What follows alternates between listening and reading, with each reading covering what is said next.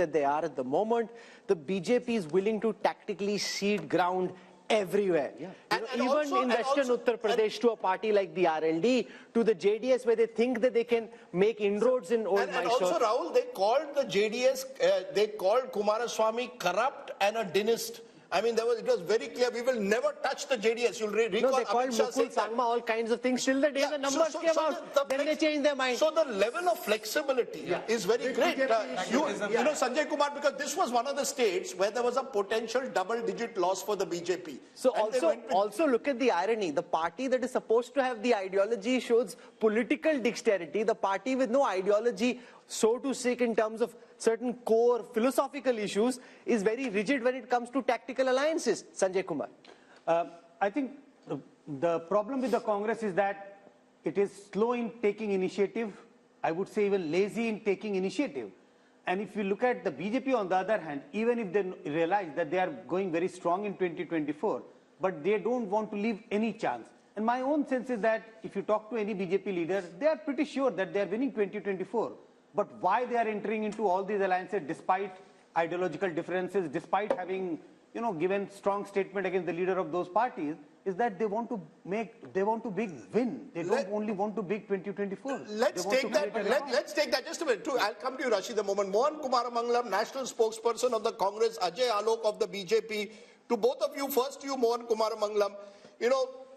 There's so much of talk of the Karnataka model, that the Congress is saying the guarantees that we have given will win us an election. The numbers at the moment are showing, at least in a Lok Sabha, that's not working. I spoke to Mr. Siddaramaiah only yesterday. He seemed very confident. He also is playing this sort of discrimination against Karnataka card.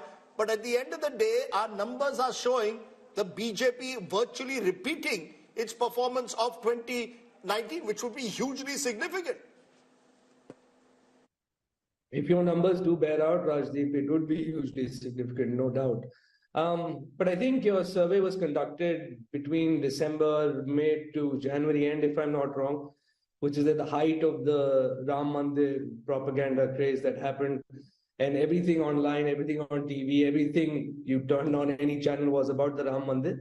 So I think definitely that sort of hysteria would have been captured somewhere in your survey. I don't think that they would find it easy to maintain that kind of momentum going forward. The other thing is the arithmetic of JDS plus BJP might look right, but I don't think the chemistry works at all. Just for example, Kumaraswamy was in a rally with the BJP and was wearing a saffron shawl, I think, and the senior patriarch Devagowda came out and said that it would have been better had he been wearing JDS colors. So even something as small as that could be a flashpoint for misunderstanding between the two. The third thing is, you have this national narrative of the BJP that is against nepotism, dynastic rule, etc. So I'm wondering how they're going to reconcile that with pushing Vijayendra to the front as sort of the face of their party in Karnataka. You just can't reconcile the two in a national election. And like I said, alliances, whether that be with the JDS or with someone else, they don't really. Vote transference is going to be one of the major issues to watch out for in there. Ajay Alok, on Karnataka, the transferability of votes from the Janata Dal secular to the BJP and vice versa, the Congress would hope that that might not be easy. We saw in the last elections, but also the JDS's vote is typically an anti-Congress vote. It didn't happen when the Congress and the JDS were together. That's the concern. Will there be transferability of votes, or do you think, especially in old Mysore, the BJP is now seeping the idea that it's okay to vote for the Kamal, and that helps the BJP in a 15-20 year horizon as well, build in the one region where they are weak in Karnataka?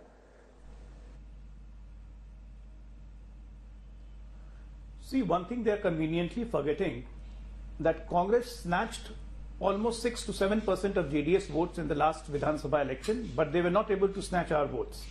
Our votes percentage was quite the same, 36.2, what we got and what we got in the last assembly election. And JDS vote bank significantly reduced from 19-20% to 13%, and this was majority or majority vote completely.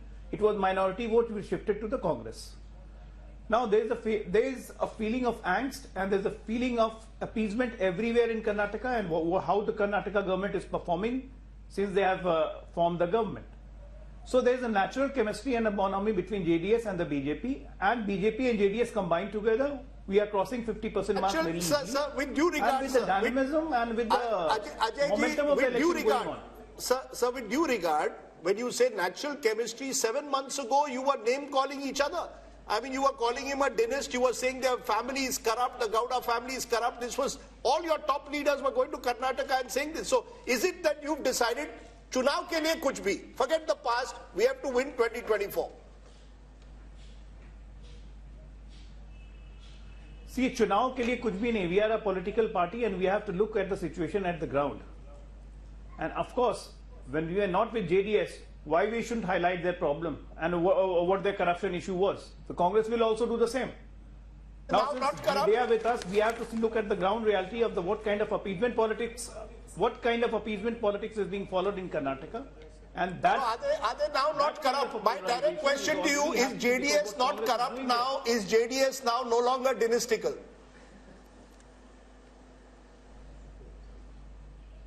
Well, it is dynastical. As far as corruption the matter goes, it's all in the court. If they are convicted, they are corrupt. And JDS is dynastical, there is no doubt about it. We are having a strategic alliance with them. They are not merging into BJP. Yes, yes.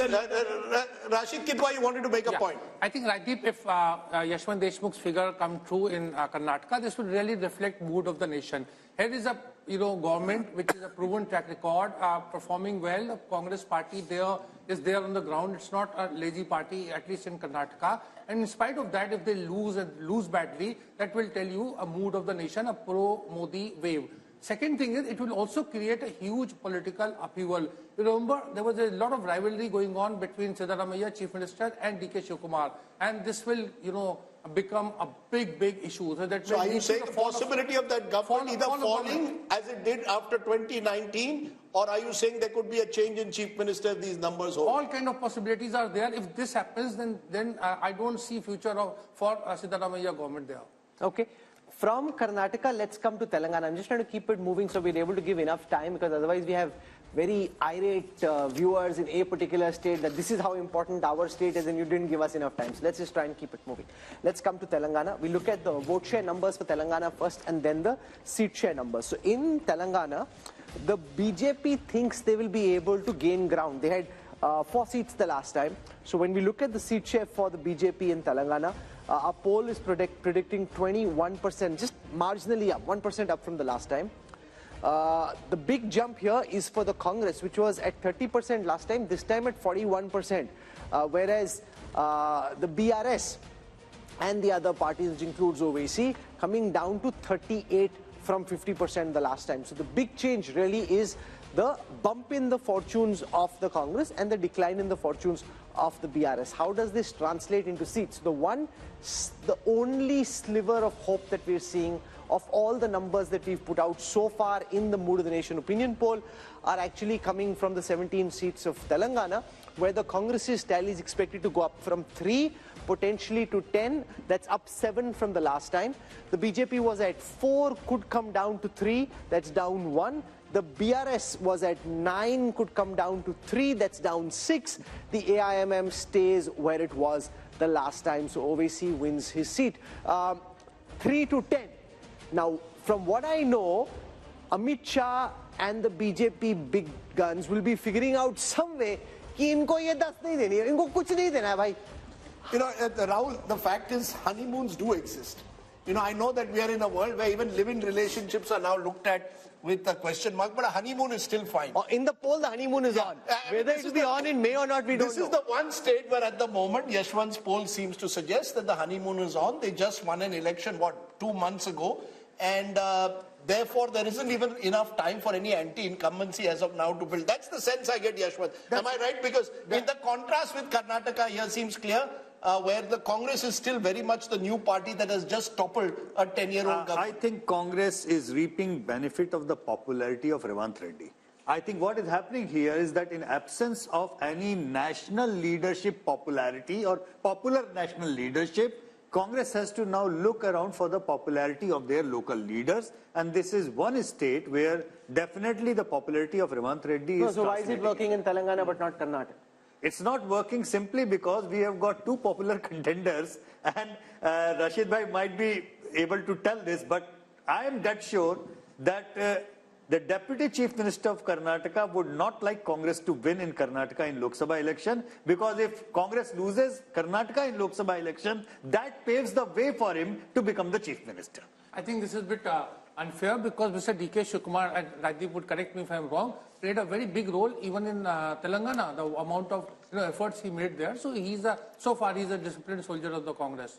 But let's be very clear. It appears one regional party is the one completely getting squeezed out here. Chandrasekhar Rao has virtually gone dormant since that defeat. That vote, the Congress seems to have captured to a large extent if these numbers hold. And the BJP has its pockets in Telangana, but has not been able to truly spread across the state. Would that be a fair understanding, Amitabh, of these numbers? Yeah, I see. In a largely bipolar national election, the regional parties tend to get squeezed out, and Telangana is one of the states. But it reveals a very fascinating insight: is that Congress, wherever is it gaining, it is gaining at the expense of regional parties, and that is the basic problem in that India alliance. It is gaining at the expense of BRS and not BJP. So how can it lead an alliance of regional parties where the regional parties have been formed out of anti-Congressism? TMC has come out of Congress. YSRCP has come out of Congress. SP has largely done anti-Congress politics. But it also shows there is no substitute for hard work on the ground, Rahul Verma. The fact is the Congress in Telangana genuinely made an effort in the last 1 year or 18 last months. 6 months. Yeah, I mean 6 After months. the Karnataka but to election. be fair, after Karnataka they got momentum, Rahul. But there was a sense that the Congress in Telangana was slowly, at least, they were there on the ground. They were more visible after Karnataka, no doubt about that, Rahul. But I think, would it be right to say that there is a lesson there? You work hard on the ground, you throw up a leader like Revanth Reddy who's able to connect, and maybe, just maybe, who knows where the future is? Telangana has been a Congress state. Indira Gandhi contested from Medak all those years ago. But at least in Karnataka and Telangana, you have a party on the ground. We all are taught this lesson from childhood, that you have to work hard to get something, right? Zameen par raho. So it's not just for politics that you have to work hard. Sometimes, see, Congress also, not just because of the hard work in Telangana, but also some of the mistakes that BJP as well as BRS made in Telangana, which gave that kind of edge to Congress in Telangana. And of course, Revanta is now very, very popular. BRS is not picking up from the defeat it faced last time, and that's the advantage they are getting. And BJP has still not been able to figure out what its Telangana strategy is going to be, unlike in other states. So are they going to make efforts as they did in Karnataka or Maharashtra or Bihar in Telangana or not? So that still remains to be seen. That's interesting, Raj Chengappa, because, the BJP has also been caught in Telangana between, do we play OBC politics, do we project an OBC leader, do we take strident anti-Muslim politics, will that take us forward? Somehow, for all the gains they made in Telangana 5 years ago, they've remained stagnant. One of the few states where they've not, multiplied overnight. I think the BJP is still shell-shocked by what happened, and the way the Congress came in and snatched what they thought was their territory, because KCR was on the decline, and the Congress smartly moved in and got the prize. But I just want to make a larger point, which we did in passing reference, and we talked about, and Rajdeep, you talked about, I think this whole thing that Siddaramaiah and Shivkumar came to Delhi for, and you've seen these full-page advertisements about the South being neglected, not being given the due in terms of its money that was there. I think that is a potent force as it gets along, because it's also tied up with delimitation in some senses. That somehow the South is performing very well. Telangana is one of the states, Karnataka we talked about, and yet, so this kind of thing can begin to erode on the Modi wave factor. No, so it is an idea. There can be no doubt about it. But does the opposition have the wherewithal to mount it into a meaningful idea, take it down to the ground in the weeks before polling? No, I'll give you a very interesting example. Mr. Pinarayi Vijayan is in town today. He led a protest. The Congress decided not to join it because the left is their prime opponent in Kerala. So there are internal divisions. But when I asked Mr. Siddaramaiah, he said, yes, we would like to hold a convention of all the southern chief ministers soon. So they will play this card. And at least it's a card with some emotional connect. No, but it's also picho suja. It's a real last minute kind of idea, right? To be able to take this idea, build it into something big requires some time. And the other worry is... idea to begin with. you are only 2 months away from the election. Even if you play it well, South is only 130 or 140. No, but in those states Rahul, it may do well. Rahul, can I just make a point? If in Karnataka they have swallowed the poison chalice and had to drink from that one, it is because they know that if they lose Karnataka, the BJP, the whole Modi wave that begins to shrink, because at 25 seats, it is the one that tilts decisively in terms of if moving from, say, whatever figure that they have now, if they are 303, if it starts dropping like they had last time, they lose a lot. So that is why you will see that they are so concerned. Look at they are willing to compromise, whether it is in Bihar, as we've seen, in any of these places, despite the fact that they seem invincible, the BJP is insecure for whatever reason, and it is showing up in these places. I actually don't think it's insecurity. I actually now am convinced the BJP, as you saw with Mr. Modi talking about 370 and 400, it's like pushing your troops to try and conquer what is seemingly impossible. So you say Karnataka, okay, people are saying we are going to lose there, put all your might in Karnataka. The Prime Minister's repeated trips to the south at a time when, you would have thought they would say, okay, south is an area where we will not do well, suggests that actually they think south is a growth area. It's fascinating. Okay, so one seemingly impossible thing, but why not? When you are talking about the possibilities, if the BJP can go all the way to bring the JDS, if the BJP can go all the way to bring Nitish Kumar, why nobody is talking about possibility of BJP and BRS coming together? Look, the BJP at the moment, the BJP is hunting for allies all over. The BRS is a potential ally, but I think they see Telangana as one of the states where they want to grow in the future. And to grow, they have to finish the BRS. See, once the regional party is finished, make it BJP versus Congress in Telangana, advantage BJP. So that's the one reason why they may hesitate from taking on the BRS. And Chandrasekhar Rao is a wily leader. I think Kumaraswamy is desperate. Rajdeep, correct me, Raj. No, I just want to make a quick point to what you made. Yeah. The fact is that Modi came into Telangana for an election campaign and said that KCR had approached him to help out his son, and so there was this talk of an alliance that was building over there. Yeah. And of course, as we've seen, they've patched up with JDS. Exactly. Okay. Yeah. Exactly. So the point which Rahul, Telangana is fascinating, but we need to move on, because otherwise we'll get caught in the politics of one state, and then people in Andhra will start feeling bad, and that's never a good idea when you're discussing Telangana and Andhra Pradesh. So Andhra Pradesh on your screen next. 25 seats here. I look at projected vote shares first. The YSRCP of Jagan Reddy had 49% vote share last time. That's projected to come down to 41. That's 8 down from the last time. But the TDP, which was at 40% the last time, is now expected to go up to 45. Remember, we had Chandrababu Naidu meeting the Home Minister recently. Are they picking up signals which before this poll the others hadn't, but BJP obviously had its own polling on the ground? The BJP had very little vote share, it's just marginally expected to go up. The Congress had very little vote share, marginally expected to go up. But the big change there is, for the first time, we are seeing the vote share of the YSRCP since Jagan led his party to power after that famous Padyatra, lesser than the TDP, a 4% gap, converted into seats. Fascinating here, very, very fascinating, because remember, Chandrababu Naidu was really given the rough end of the legal stick recently, and there's a lot of talk amongst the TDP supporters that there is sympathy on the ground there. That is reflecting in the numbers for the first time, because from 0 the TDP is projected to go up to 17. If you ask me, of all that we've seen, this is the one number that pops out of the screen and grabs my attention.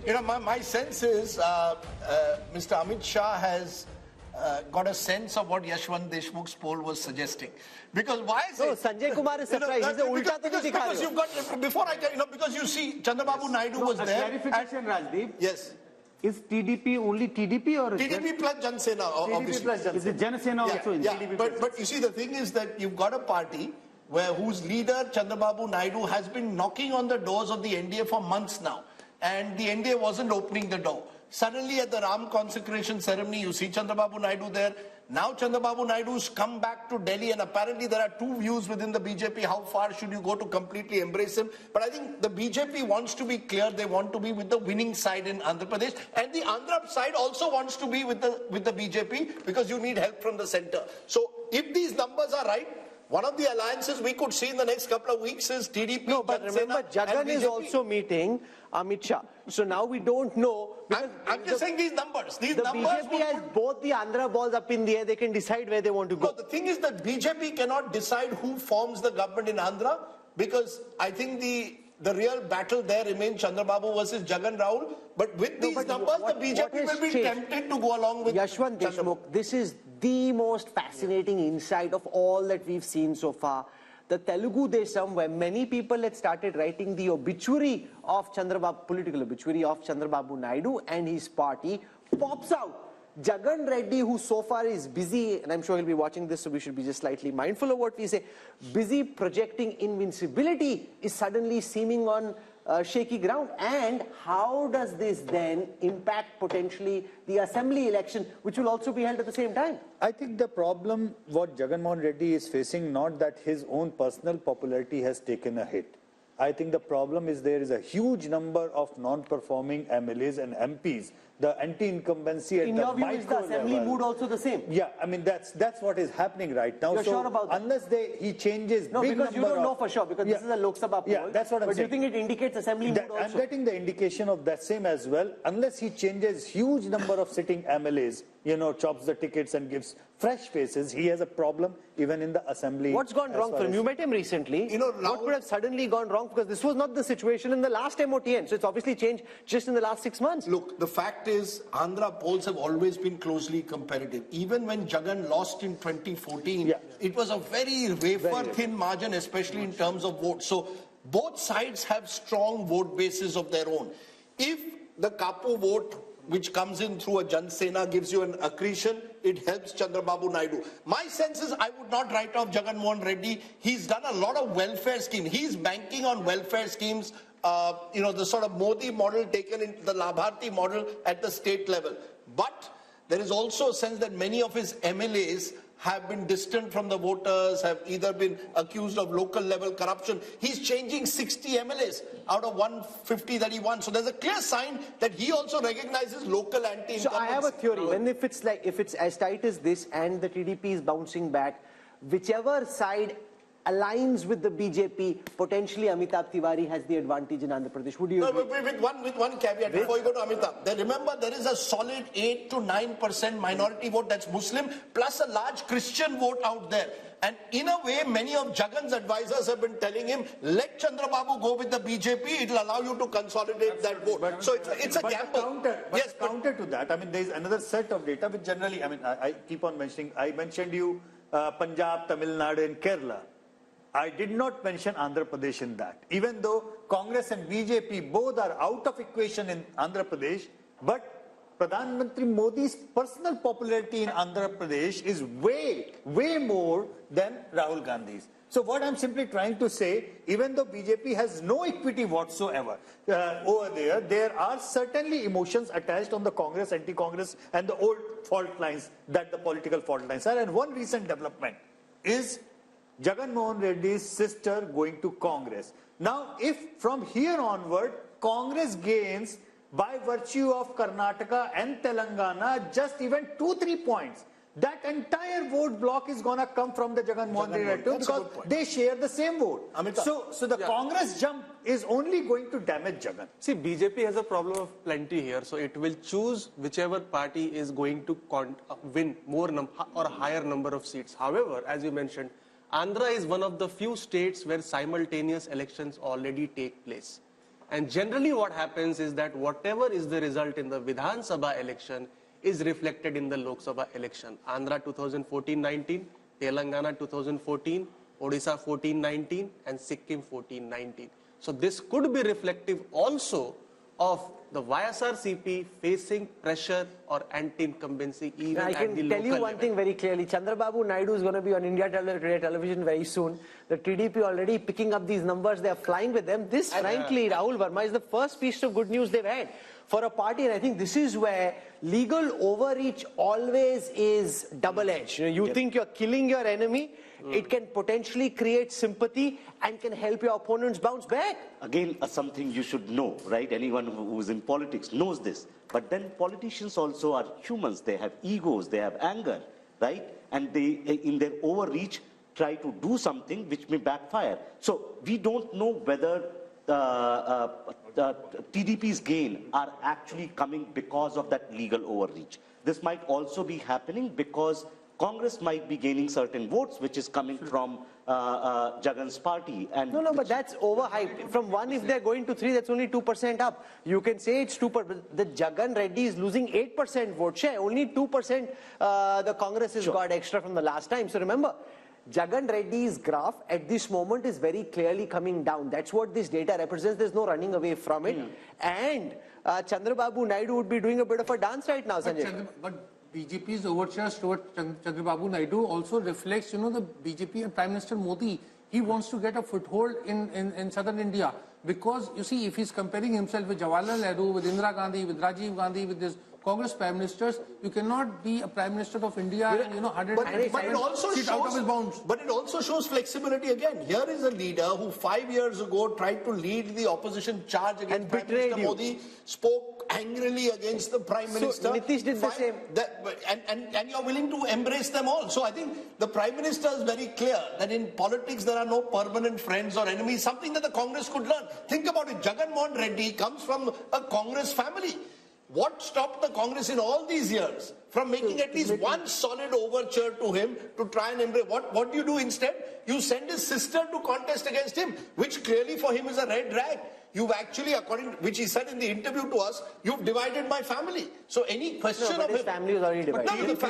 No, 1 minute. What stops the Congress? It's been 15 years now almost since Jagan left. You could have made an ego. There's a difference. Yes. No, my point is the Home Minister often says, BJP is ready to make that extra step of flexibility. Because the Home Minister often says, and the Prime Minister believes this, that power में होंगे तब अपनी ideology को हम implement करेंगे ना. Power में ही नहीं है तो कैसे implement करेंगे? Whereas Rahul Gandhi says power is poison. I think that is the fundamental difference. Rahul Gandhi says power is poison. Rahul made a very good point. That you see, an ideological party.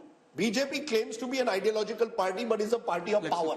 The Congress claims to be a party of power, but is now under Rahul Gandhi trying to become a party of ideology. That I want people who are going to fight the RSS, come what may. So you've got a remarkable shift where the BJP wants to be the party of power. But Rajdeep, there's a very big difference. Yeah, everybody knows what the BJP's ideology is. Half the congressmen don't know what the Congress's ideology is. They don't agree on the same ideology. Rahul, so that's the reality. Let's also admit Congress does not have ED.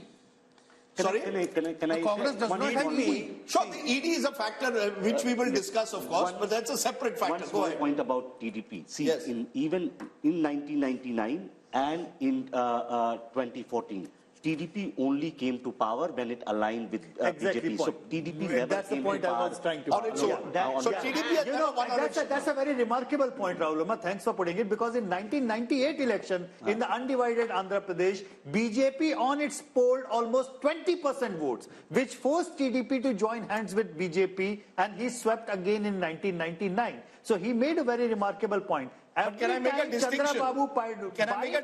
Between Chandrababu Naidu and NTR? NTR had the power to win on his own. Chandrababu Naidu, when he took over the party, was not able to do that. That's the difference. Chandrababu Naidu was needed an ally. NTR did not need allies. That's true. But every time he has won, he has come along with the alliance of the BJP. TDP 2 months ago was thinking of joining the India Bloc Alliance. After the 3-0 drubbing, it has again changed its mind. So the regional parties, hawa kidhar beh rahi hai, are very cognizant of this. And there's another little piece of trivia, Rahul. There are two wings of Prashant Kishore's IPAC. Yeah. One wing is with Chandrababu Naidu, and the other wing is with Jagan Mohan Reddy. And a few weeks ago, Prashant Kishore was allegedly on a flight with Chandrababu Naidu or his son, and all speculation sort of arose in Andhra. Is he going to now align with Chandrababu Naidu? He says he's not. But if these numbers are true, he clearly knows who's on the winning side. Jagan didn't give the NOC. But are you surprised with these numbers? Are you surprised at all with these numbers, Sanjay Kumar? No, about Andhra, we are all discussing TDP and YSRCP. But we are not discussing Janasena. I think Janasena is very important. If you just pull out Janasena from the TDP How much alliance, is the Janasena vote? It's roughly about 4.5%.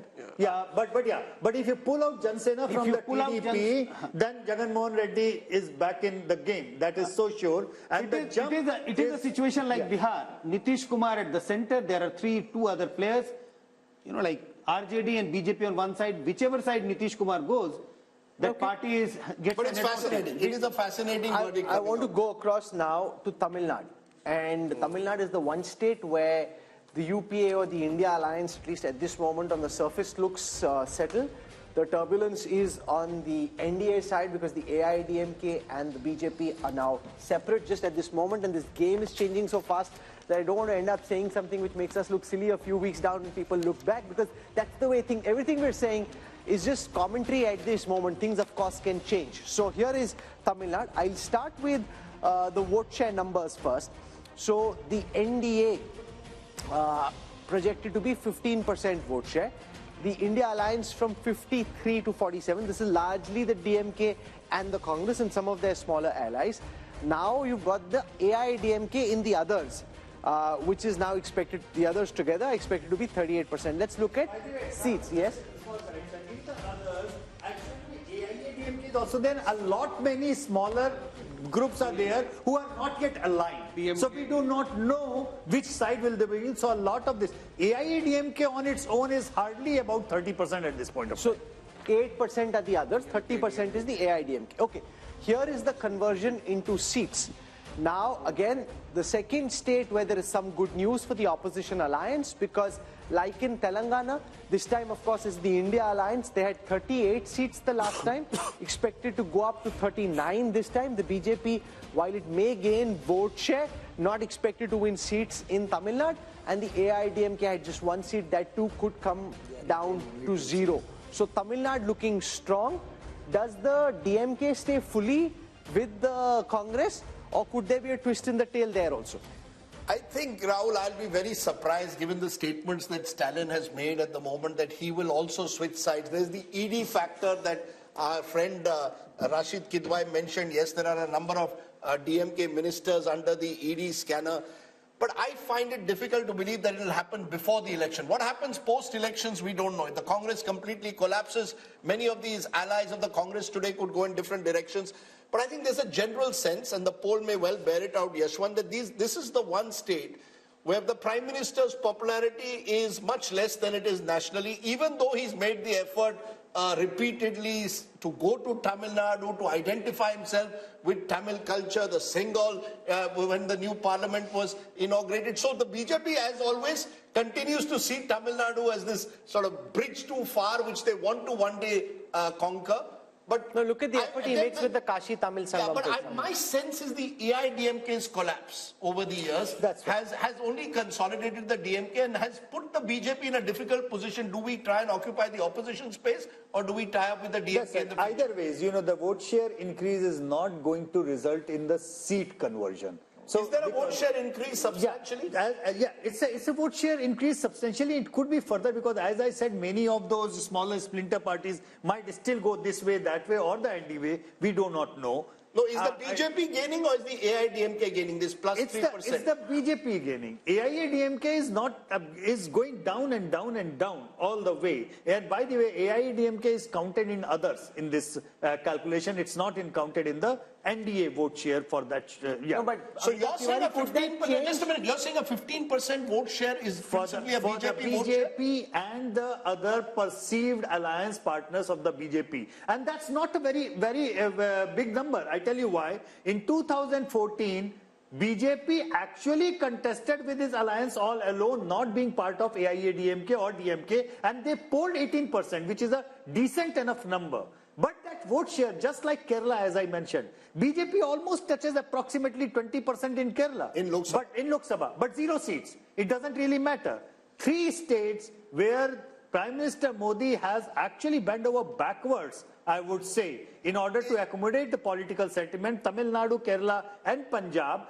The gap is reducing. They are having a growth of organic level, I would say, but unlikely to convert into seats. Rahul, is there any possibility there's a buzz that the Prime Minister could contest from Kanyakumari as a second seat? No, so there's a buzz that he wants to bridge the north-south divide himself. 1 seat in the north, 1 seat in the south. Possible? But Rahul Gandhi also showed some sense of weakness when he picked Wayanad. The Prime Minister may not wish to go only for the reason that if this north-south divide picks up and for some reason they end up on a shaky ground, you don't want to expose the man who's supposed to be invincible to any form of threat. Therefore, will they take that risk? No, they will go all out to shore up their fortunes in Tamil Nadu. Remember, the BJP is the only party at this moment which has a 20-30 year horizon on things. When I speak to top BJP leaders about, say, the strategy for Tamil Nadu, or say, why don't you just patch up with the AIDMK at this moment, it might make it easier. They're saying, you know, we want to end Dravidian politics, not just about coming to power at this moment, it's also about a larger political, social, ideological fight where we want to integrate the country. I mean, at least they're talking that language and then pushing in that direction. Right. Oh, now, like the Chinese have a 20-30 year horizon, the Congress doesn't even know what they're doing tomorrow. Raj, where do you therefore see the DMK being? You know, if these numbers hold, the DMK will presumably be, if not the second largest party, certainly the third largest party once again. Does the DMK remain where it is with all the ED pressures that we speak about? Other allies are slowly drifting away from the India alliance? Or is there, you believe, a chemistry with Rahul Gandhi and the Congress that Stalin intends to cement? I think you have to look at what he gains. If it's only the ED that is putting pressure and how deep that pressure is, one has to look at. But Funding? yeah, but fundamentally, Tamil Nadu doesn't believe in this one nation, one party, one nation, one language. So there's been that protest going on from the 60s. The more the BJP tries to emphasize all these things, and let's not forget, Prime Minister Modi had, you know, as part of the temple run, went right down to Tamil Nadu and did two temples out there to assure them that, look, we care as much not just of the Ram Mandir, but all your tradition and culture. So at the moment, I don't find a reason why Stalin should be switching unless there's some inside information. No, also, given the comments that Udaynidhi Stalin has made about Sanatan Dharma, I presume the BJP can't be then seen to be embracing them right away. Yeah, and the Tamil culture and the fact that anti-Brahmanism had ruled for, and continues to in many senses, it's going to be difficult for the BJP. It'll get this 10-15%. Mr. Modi's popularity is there, and we need to see that. Okay, let's turn then to the final state in our southern sojourn, which is the lovely state of Kerala that often marches to its own beat. Take a look first at vote share. If elections are held in 2024, what happens in Kerala is the UDF, that's the Congress-led front, 46% vote share, LDF 32%, 14% back, NDA 17, others 5. How is this translating into seats? Well, it's virtually a repeat of 2019. Once again, a clear sweep for the Congress-led UDF. The best news for the Congress so far, apart from Telangana, is coming from Kerala. 18 to the UDF, just 2 to the LDF. But remember, both are part of the India alliance. So No, but it's a big change from 2020, Yashwant Deshmukh, where you had the LDF come back to power. Now you've got, for some reason, very clearly in a Lok Sabha context, anti-incumbency against the left and very strong pro-incumbency against the Congress. And if Kerala was India, Rahul Gandhi would be Prime Minister. Absolutely. If Kerala was India, Rahul Gandhi would have been not only the Prime Minister, he would have been a Prime Minister with Rajiv Gandhi kind of majority. But having said that, I think 2019 numbers also came after a victory of left front in the assembly elections. And so that way, Kerala is a pretty much split vote. Because they are voting for assembly level separately and Lok Sabha level. No, but what explains that vote, Rajdeep? you know, it's very interesting. A few days ago, Kerala left leader told me, why does Rahul Gandhi have to contest from Wayanad? Can't he choose any other part of the country? We are his staunch allies in the India alliance and he's coming to take us on in Wayanad. So I think there again, people... He looks like a strong force in Kerala. No, so therefore, you see, the Congress is seen as a national party in Kerala. The left is seen as the regional party of Kerala. Mr. Vijayan is seen as the prominent chief, the #1 neta of Kerala. There may be anti-incumbency brewing against him also after 8 years in power. But I think the main reason is the belief that the Kerala voter sees the Congress as a national alternative to the BJP. GVL Narasimha Rao is now with us. GVL, the BJP was trying very hard on its own through the RSS to win something in Kerala. Yashwant's data suggests it's a bridge too far for this election. No, I think we are very confident of winning some seats. I will not say we'll be a big force in this election because Kerala doesn't election to election, the swing is not more than 2% or 3%. Kerala is a state that moves very slowly.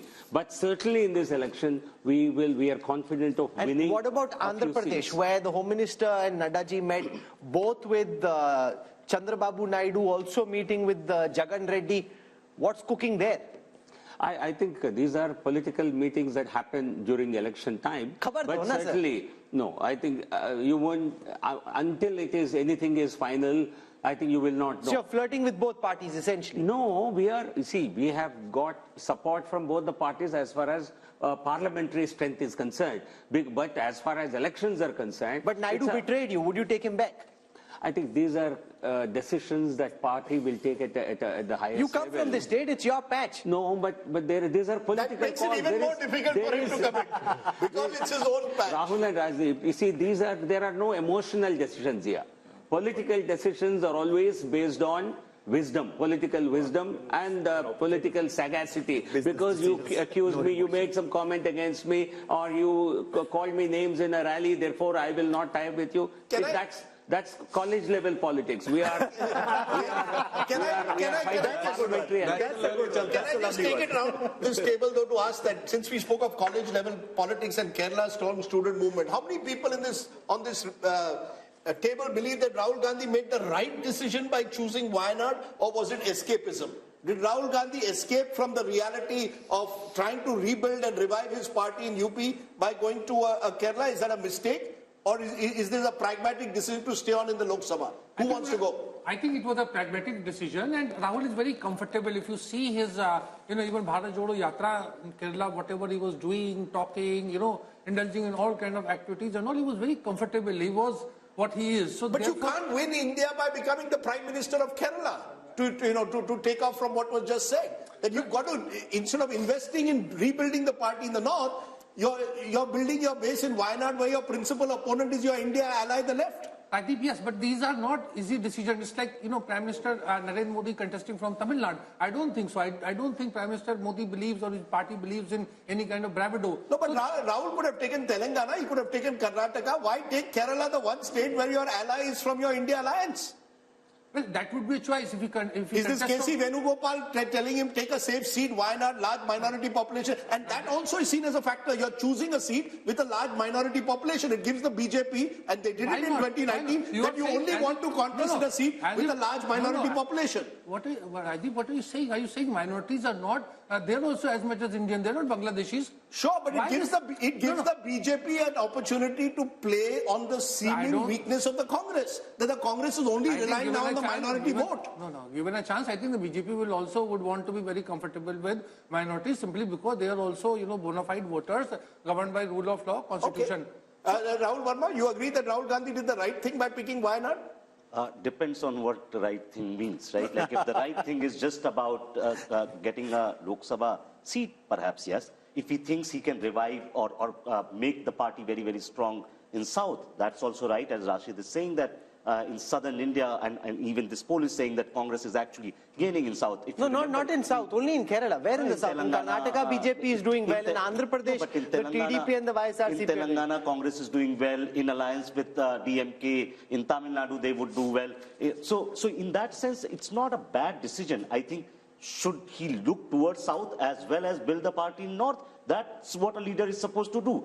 Modi campaigns in North and South and East and West, right? If you want to be a national leader... One of the key reasons, one-liner I would say, he lost Amethi because he went to Wayanad. Yeah, well, what I was told is that they saw their polls in Amethi suggesting a very tough fight, possibly losing. They looked for a safe seat in the south and picked Wayanad. So it was almost like some kind of security which Rahul Gandhi was offered. No, but imagine if he's your main batsman and he's looking for a safe position. Which is my point. You see, this is precisely my point, Rahul, that I would have, if you wanted to choose South, choose Karnataka, for example, a state. Where did Indira Gandhi go? Indira Gandhi went to Chikmagalur, went to Beda. What is the safe seat for Karnataka Congress in Karnataka? I have no doubt that there could be potentially safe seats, including potentially Chikmagalur. But look at the projected vote share and seat share of the South, because Rahul, I think it shows the exact opposite of the North. The vote share in the South, as per the Mood of the Nation poll, NDA 23%, India 41%, others 36. How does it add up in seats? NDA 27. That's just a small dip from last time. Remember, BJP got 29 out of 130. India 76. Slight up because of Telangana, others 29. But basically, you really have two Indias politically. You have the BJP dominant in North India, and you have India Alliance doing very well in South India. So whether we like it or not, there is a South-North political divide in this country. What implication that will have with delimitation is going to be a big question in a couple of years from now.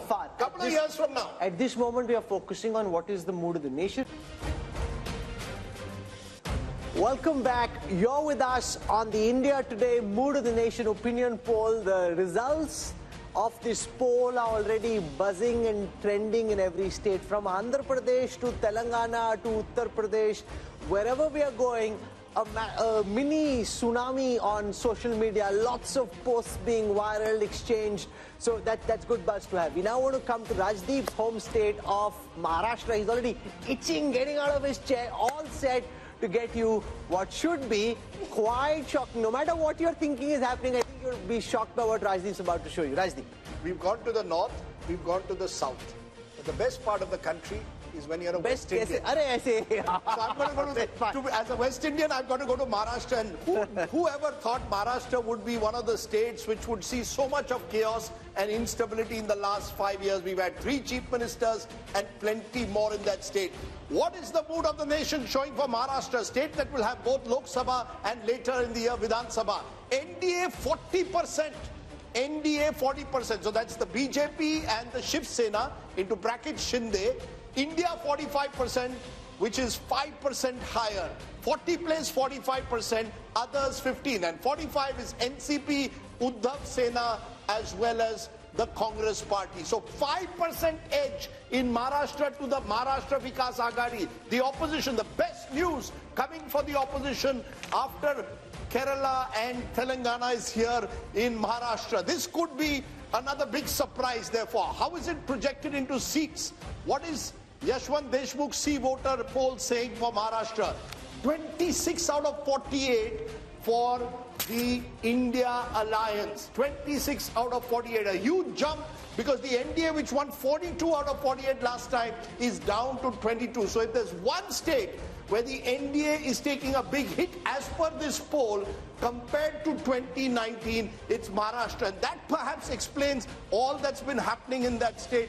Breakup of the Shiv Sena, breakup of the NCP, because Rahul, clearly here too the BJP knew this was the one state they were in trouble, which is why they have slightly narrowed the gap, but they're still behind here. Yashwant, are you sure about your numbers for Maharashtra? Because they've taken a large part of the NCP, they've taken a large part of the Shiv Sena. If this is where things are at the end, then no matter what happens in this Lok Sabha election in the assembly, the BJP and what they have is going to face a very tough time. Why are we ending up with these numbers in your poll? Rahul, out of the 140 crore people in India, is any damn person sure about Maharashtra as on today? I mean, let's be honest. People are confused, not just because of the previous mandate, the current mandate, people going here, people going there, parties being split, and now the symbols are with the people who did not form the party and with somebody else. So having said that, it's a maha mess. It's a maha mess. It's not Maharashtra, it's maha mess at this point of time. And let me do a health warning as well on these numbers. Number one, on the voting intent, we have been asking for individual party and leader, Rahul. Which party or leader you are going to vote for, and then we have summed it up like, Uddhav Thackeray plus Sharad Pawar plus Congress and Shinde plus Ajit Pawar plus BJP. But what we do not know here, who is contesting from which seat and who is going to contest against that person from which seat, which party. What I can see, wherever the BJP tickets would be there, they would be sweeping like anything. Wherever the Ajit Pawar ticket and Shinde Sena ticket would be there, I doubt they will be sweeping in the same way. So the weakest link is on the both sides. On the Maharashtra Vikas Aghadi side, the weakest link apparently is the Uddhav Thackeray Sena. followed by Sharad Pawar, and followed by Congress, and then the Sharad Pawar. So we don't know out of these 3 and 3, which permutation and combination is contesting whom on which seat. Unless we are sure of that, I think this is more of an Since this is your home state, Rajdeep, here's the concern that I have, just purely academically, right? Which is that will votes get transferred? In a poll, it's very difficult to capture that. But once you know, okay, it's GVL versus Rashid, then the equations change, exactly right? the point. Yeah. So right now, you don't know that. You're building this scenario on the basis of what respondents are telling you, but the respondent also doesn't know who's against I will quickly tell you two contradictions, Rajdeep, before you say. I cannot see Uddhav Thackeray voter voting for a Congress or the NCP candidate. Similarly, I cannot see a BJP core voter voting for Ajit Pawar candidate. So there are contradictions on both. I'll give you 2 quick points before you come. One, the fact is that this is an interesting state this year because you've got Lok Sabha followed by Vidhan Sabha 4 months later.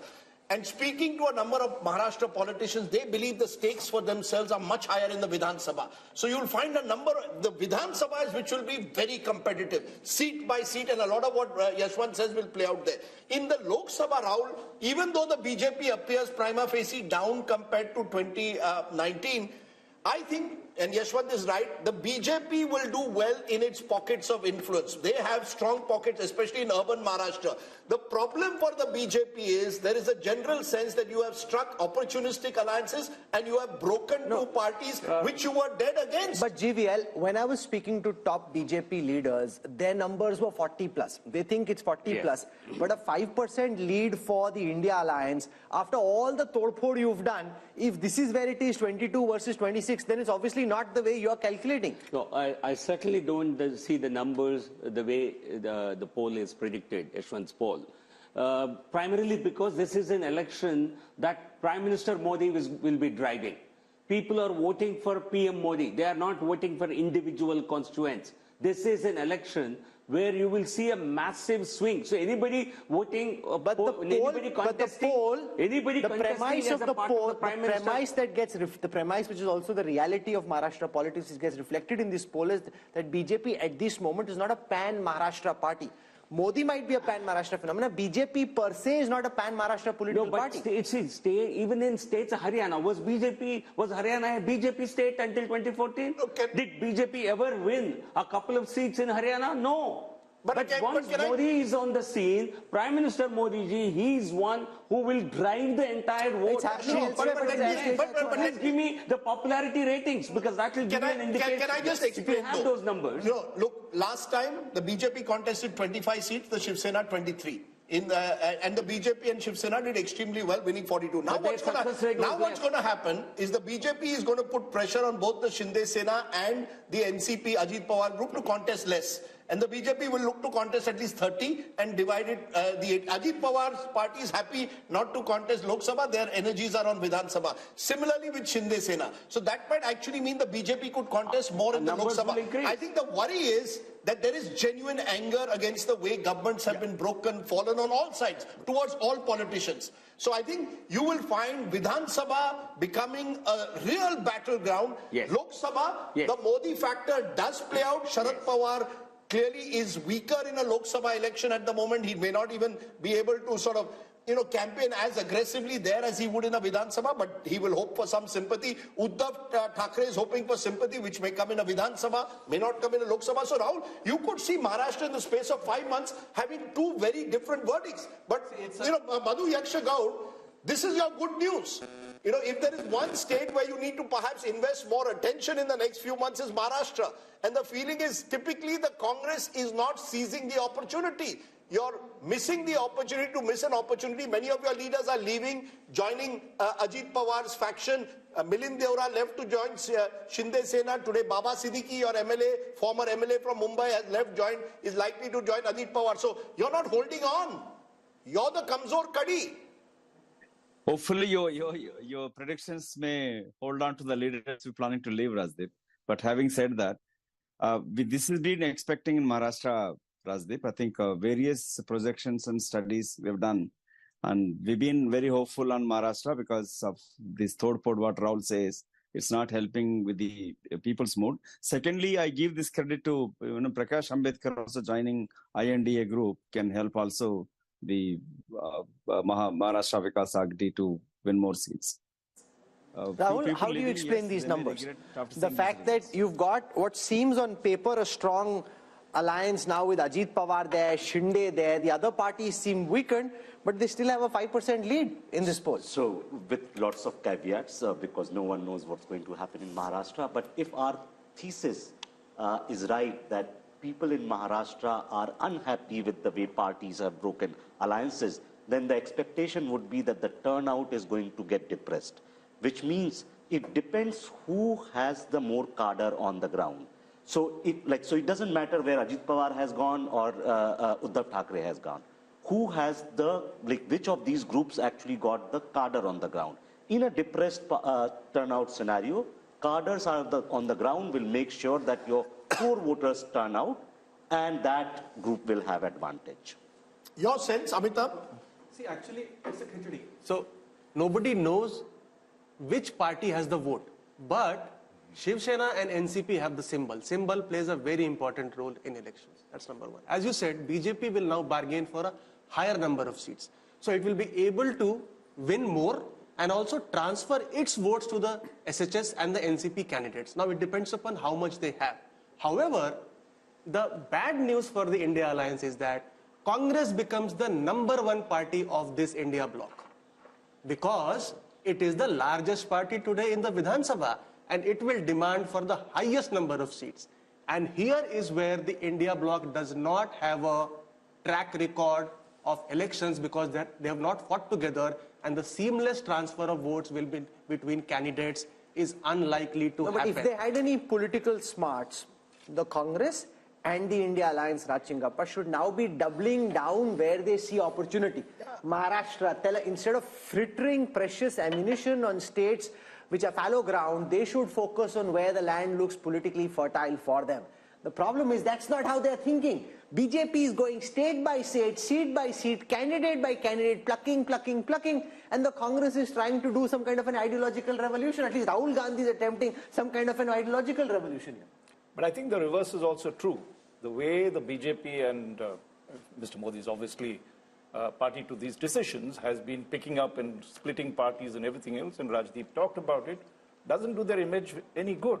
And in Maharashtra, but their calculation is image doesn't matter when it comes to voting. That's their brutal calculation. If you are saying I'm taking you to a Viksit Bharat, I have cut corruption down, I am against dynastic politics, you have to then prove that on the ground. Let GVL respond to that. Let me just finish the argument. Okay? Yeah, go ahead. Because I think it's a principled thing that happens. In Maharashtra, I have a feeling, Rajdeep could vouch, and he also expressed it, is I think there's a Marathi pride which you can define in some ways or the other, right? People must be truly fed up at the way these parties have behaved on that, the way they've split, completely cynical. How do you explain that when you want to take this nation to greatness and you're playing let GVL respond to that. They see, people are very, very practical, let me put it this way. People have great trust in Prime Minister Modi. They know he's the one who will deliver Viksit Bharat. And if he does not have the strength in a particular state to sweep that state, let him galvanize, get that support, because we want him to win. The people want him to win. People have trust in him. Sir, but can I ask you, you're saying people have faith in Modi. Point taken. But when Mr. Modi says there is a 70,000 crore scam in irrigation, points virtually to NCP and Ajit Pawar, 1 week later, Ajit Pawar joins you, what's the message? I was in Nashik, where a gathering which included RSS people were there, and they all said, sir, khoke ki rajniti hai. They openly said it. The word khoka has become a sort of common parlance on the street of Maharashtra. How does that lift the Prime Minister's image? If one moment you say there's corruption, next moment you tie up with the same corrupt person, how does it lift your image? Let me tell you this, people understand there are some political compulsions. At the end of the day, you want Lord Krishna to win. You want Bhagwan Ram to win.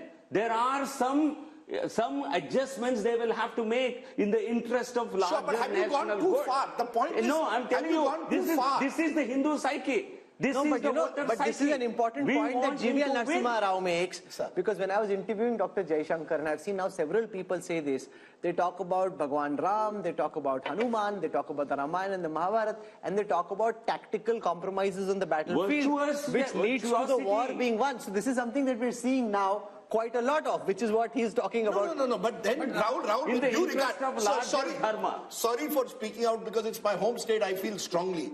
The fact is, where does it fit in with the kind of Ram Rajya that you talk about? You know, what does it leave you with? Is this Ram Rajya that you tie up for Khoketi Rajniti? There is no politician in this country who represents the true political virtues than Prime Minister Modi. No Prime Minister, no Minister, no Chief Minister in this country can match even an iota of virtuosity of Prime Minister Modi. So what matters to them is Prime Minister's qualities. I have he's so a you man can do all the total deals integrity. No, so you're saying you can do all the wheeling and dealing on the ground, but the Prime Minister's image is not touched by it. No, they know he's not making compromises. Party No, but Rahul Verma, this is local. Yes, Rashid. Yeah. I mean, by going by Mr. GVL Narasimha Rao's logic, BJP should be winning all 543 seats. If Mr. Modi is on a big ticket, he's there on Tamil Nadu also, he's there in Telangana also, he's there in all other states. I think, we must accept what Mr. Yashwant Deshmukh survey is projecting. We have gone through over 300 seats and there is a kind of trend. This is a very interesting thing about what is the findings of Maharashtra. There are 4 states that were always, they are kind of, outliers, and they are giving something in favor of BJP. In case of Karnataka, in case of Maharashtra, there is a trend, and we will see. No, Maharashtra is not Bihar. with the BJP. It's going the other way around. Precisely. So I'm saying there are 4 states that were very crucial in 2024. Even if the outcome is kind of well known that the BJP has an advantage and Mr. Modi is a favorite. One state is Bengal, other state is Bihar, third state is Karnataka, and fourth state is Maharashtra. Now it is giving different kind of trends. I think we must accept what Mr. Yashwant Deshmukh is predicting. We cannot be finding faults with his methodology or, how it will shape in Maharashtra. We can't be having different... Yes, Rahul, very quickly. So, two points. Yes, in politics, all politicians and parties make these tactical calls. But these tactical calls are going to have cost in the long run. Indira Gandhi in 70s did a similar thing. At some point, it costed her party. Maybe, perhaps, when Prime Minister Modi is around, it won't cost. When he's not around, it may cost the party. So all parties face that cost. Second, throughout the survey, and Yashwant ji has to correct me on this, I have not seen a single state, except the smaller ones perhaps, where BJP is gaining votes from 2019 numbers. They're gaining seats. Even in UP, the votes are not basically... They've got a slight bump, 53%. Yeah, 50, so 51%. So in that sense, like in North, there are no big gains coming. In terms of vote share, and even in South and West. So I think where perhaps Mr. Narasimha Rao can explain us that why, despite everything in these 5 years, BJP is not being able to... And the interesting point about Maharashtra... No, but I'm a little shocked by his argument. Listen, remember also that you are dealing with 10 years of being in government. Sure. Look at Biden after 4 years. Look at Macron. Look at Trudeau. Here's a man who's been in power for 10 years. If he can retain his historic numbers, that by itself is a superlative performance. I think, Rahul, the point that you made about the 2 point or less, like somewhere they were leading by 60 points, now they are 58, 2 points. I understand your point. But what I learned from the experiment and result of Madhya Pradesh is that eventually it will be relative turnout, which will be playing 3-4% of jump just out of nowhere for the BJP, just by virtue of their supporters being more excited about going to the polls and Congress not being in a position as organizationally and resource-wise to pull their supporters. What happened in Madhya Pradesh? But I just want to make a small point which I think is important. Between 2014 and 2019, Rahul, Mr. Modi's popularity was so high that he was even able to pull his party in state elections where they were otherwise not the #1 party. BJP was not the #1 party of Maharashtra. It's after 2014, Mr. Modi pulls it up. 10-12%, they even do very well in state assemblies. After 2019, looks what starts happening. What happened in December in the assembly elections? Sir, just a minute. December, we can come back to December, but 2019 to 2024, 1 minute. Rajdeep. The BJP in Himachal Pradesh, in Haryana, in Jharkhand, even in Bihar, in state after state, Mr. Modi alone cannot pull up the state unit. Mr. Modi is still very popular in Maharashtra. But Maharashtra's own leaders, BJP own leaders, are not happy with the kind of compromises they've made to stay in power. Some stage, it may cost them in a Vidhan Sabha. I agree with you, Lok Sabha, it won't cost them because that becomes Modi versus who. But what happens in your state units? Therefore, Rahul Verma makes an important point. Will the BJP go the way the Congress did? After 10, 20 years, because it makes these compromises. You can wish that if you like. He said, he asked a question. But you see, politics, what happens today doesn't influence voting patterns 20 years down the line. I think that makes no sense at all to me. Now, coming back to your question, Modi ji, he was able to pull several assembly elections initially, but you are saying subsequently he did not do so. Because, you see, once you have pulled an assembly election, the local performance and local leadership has to hold there. People will hold every government accountable. You accept that? Why not? Okay. I think. So I want to press the pedal and go to Gujarat and Goa, and then we have to go to the east, and then we have the big national picture. So Gujarat comes up on your state next. I want to spend very little time here because it's one-way traffic, as one-way traffic can be. I mean, it's like whoosh. There's no comparison. 62% vote share projected in favor of the Bharatiya Janata Party in Gujarat. I mean, 6 out of 10 people just want. That's the highest so far in the country. 6 out of 10. And we're not even dealing with the smaller states like a Himachal or an Uttarakhand. In a big state like Gujarat, 62%. The Congress had 32% vote share. That's come down even further to 26, down 6 from the last time. Let's now come to seat shares. If you've got 62% vote share in a largely bipolar contest, I mean, you don't need to be Yashwant Deshmukh to do the calculation. You can do it yourself. It's 26/26 for the BJP in. They want their man back. They want their boy back. They're like, look at how hard he's working. A Gujarati fixing this country. We want him. If I was a Rajya Sabha BJP MP who's told to contest Lok Sabha, I'll say, "मुझे गुजरात की seat दे दो." कोई भी दे दो. कोई भी seat Gujarat की दे दो, वडोदरा दे दो, गांधीनगर दे दो. GVL also is ready to contest from Gandhinagar. You see, that's the one state where every politician will feel a relative sense of security. I think Gujarat is there is little difference from contesting a Rajya Sabha and a Lok Sabha. Is that what you're saying? No. I'm saying that a Lok Sabha... As safe as better. It appears the safest state for the BJP, Rahul, and I don't think there's much to discuss about that. Prime Minister Modi in Gujarat is, really, his popularity is at an all-time high in a way. It's the true, like you were discussing parallels with American elections, like you've got along the coast and in mid-America, this very clear divide between Republican Democrat states. This is as Republican in Indian context as Republican. And GVL made a point that don't look at what happens 20 years from now. But I just for a moment want to pause because one of the first elections I covered was 1990 Gujarat. And at that time, the BJP had to back the Janata Dal Gujarat of Chimanbhai Patel to prop him up to form a government. See where we've come 35 years later. We look at events today. If you make mistakes today, you pay a price for it 20 years from now. That decision of the way the Janata Dal Gujarat was eventually, the Congress propped it up for a while, destroyed the Congress in the long term in Gujarat. The Congress replaced a chief minister who had 150 seats in Madhav Singh Solanki. Can you imagine? Right, one of the BJP replaced Shivraj Singh Chauhan. No, but 150 seats, BJP replaced Shivraj Singh Chauhan with Modi as the dominant figure. That time, Rajiv Gandhi could never really sort of lift the party. But Rajiv and the Congress didn't think so. See, that's the mistake. So I'm saying politicians can make mistakes and therefore they must be conscious of the mistakes they make. Let's come to Goa. Goa has 2 seats, north and south. This is where all of us hope to retire, at least Rajdeep and I hope to retire in Goa for sure. Okay, so here's Goa, lovely state. 2 seats, 1 each is the calculation, north and south, 1 seat split between north and south. North is clearly to the BJP. I'm presuming Yashwant south is giving because north. there are more Christians over there. The south, interestingly, if the AAP-Congress alliance works perfectly, and it has to work perfectly, it has half a chance. I still believe that the BJP will be very much in the race, even in the south. Percentage of Christians has gone down. One of the stories of our times, Christian population in Goa at the start of this century used to be 30% plus. It's now just over 20% and declining. So you actually, even in South Goa, will find it not so easy. Only a perfect Congress AAP alliance and no other third party like the Goa Revolutionary Party coming in gives them half a chance. I still believe advantage BJP in Goa in both the seats. That's the nature of Goa as well. So let's look now at the projected seat share of the West and the projected vote share of the West. I'll start with the vote share projection. Axis My India predicts for the India Today group that the NDA would end up with 48% vote share if you aggregate the states of Gujarat, Maharashtra and Goa.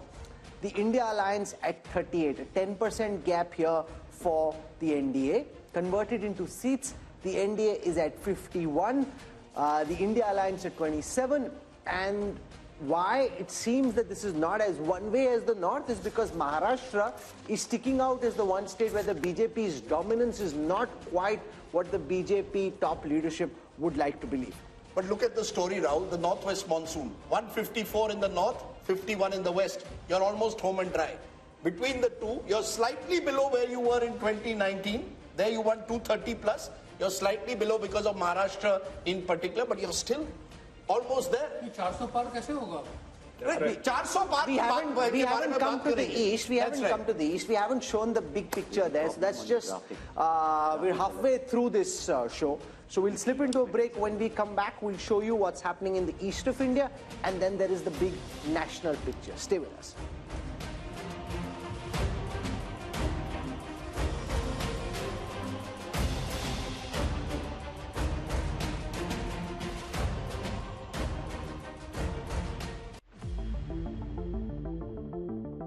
Hello and welcome, I'm Sahil Joshi. Now I'm at the Mumbai seafront. You can see here the Mahim Fort and also the Bandra Worli ceiling, the most iconic locations in Mumbai. Because the people have reposed confidence in Bharatiya Janata Party and NDA.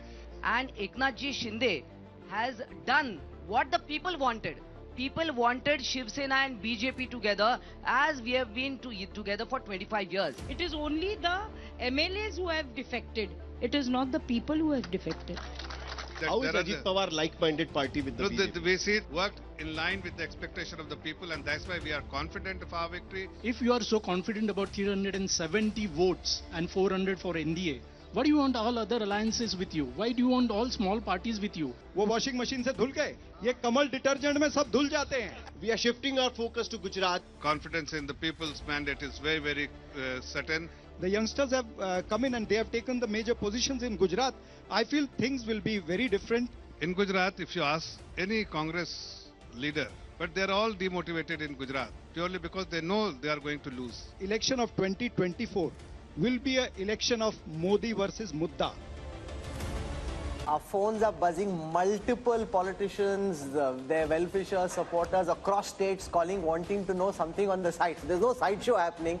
If you want to know what the numbers are, stay tuned to our coverage on India Today as we take you through state by state, region by region, and then finally the national big picture. We want to come to the fascinating state of Bihar, where Nitish Kumar's U-turn has made things very topsy-turvy and very exciting, which is also why the Mood of the Nation poll had to do extra polling to be able to capture what's happening in Bihar. On your screen right now are the vote share numbers for Bihar first.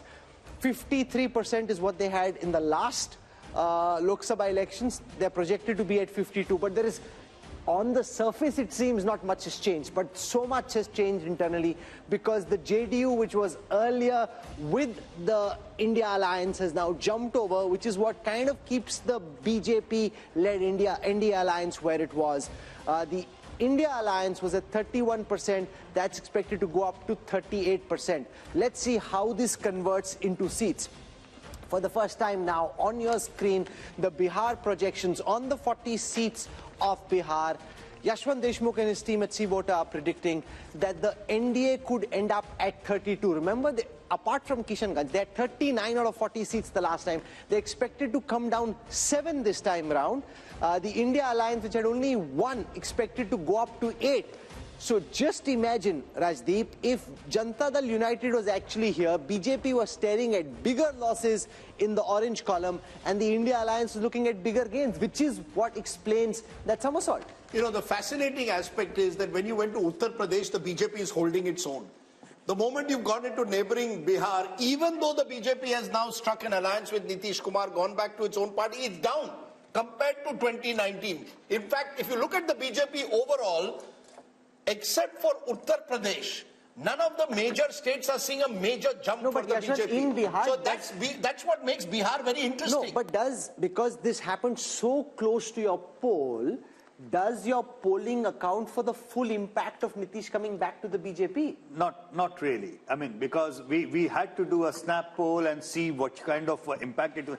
We could sense two major things. Number one, yes, there is almost like 8% arithmetic jump, you know, from the India faction to the NDA, just by moving JDU supporters to this side to that side. Which could also mean that Nitish is now worth only 8%. Yeah, exactly. This is one of the points which is like, instead of 16% which he polled in 2014, his core vote looks like more like a 8% kind of thing, number one.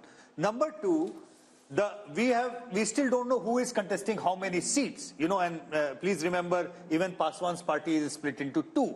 So we have just taken in whatever the seat allocation was there in 2019 as our base one. And we realize that the probability of JDU tally going down even within the part of the NDA is quite significant. Which means last time they contested 17, won 16, but they could even very well come down, crashing down to single digit.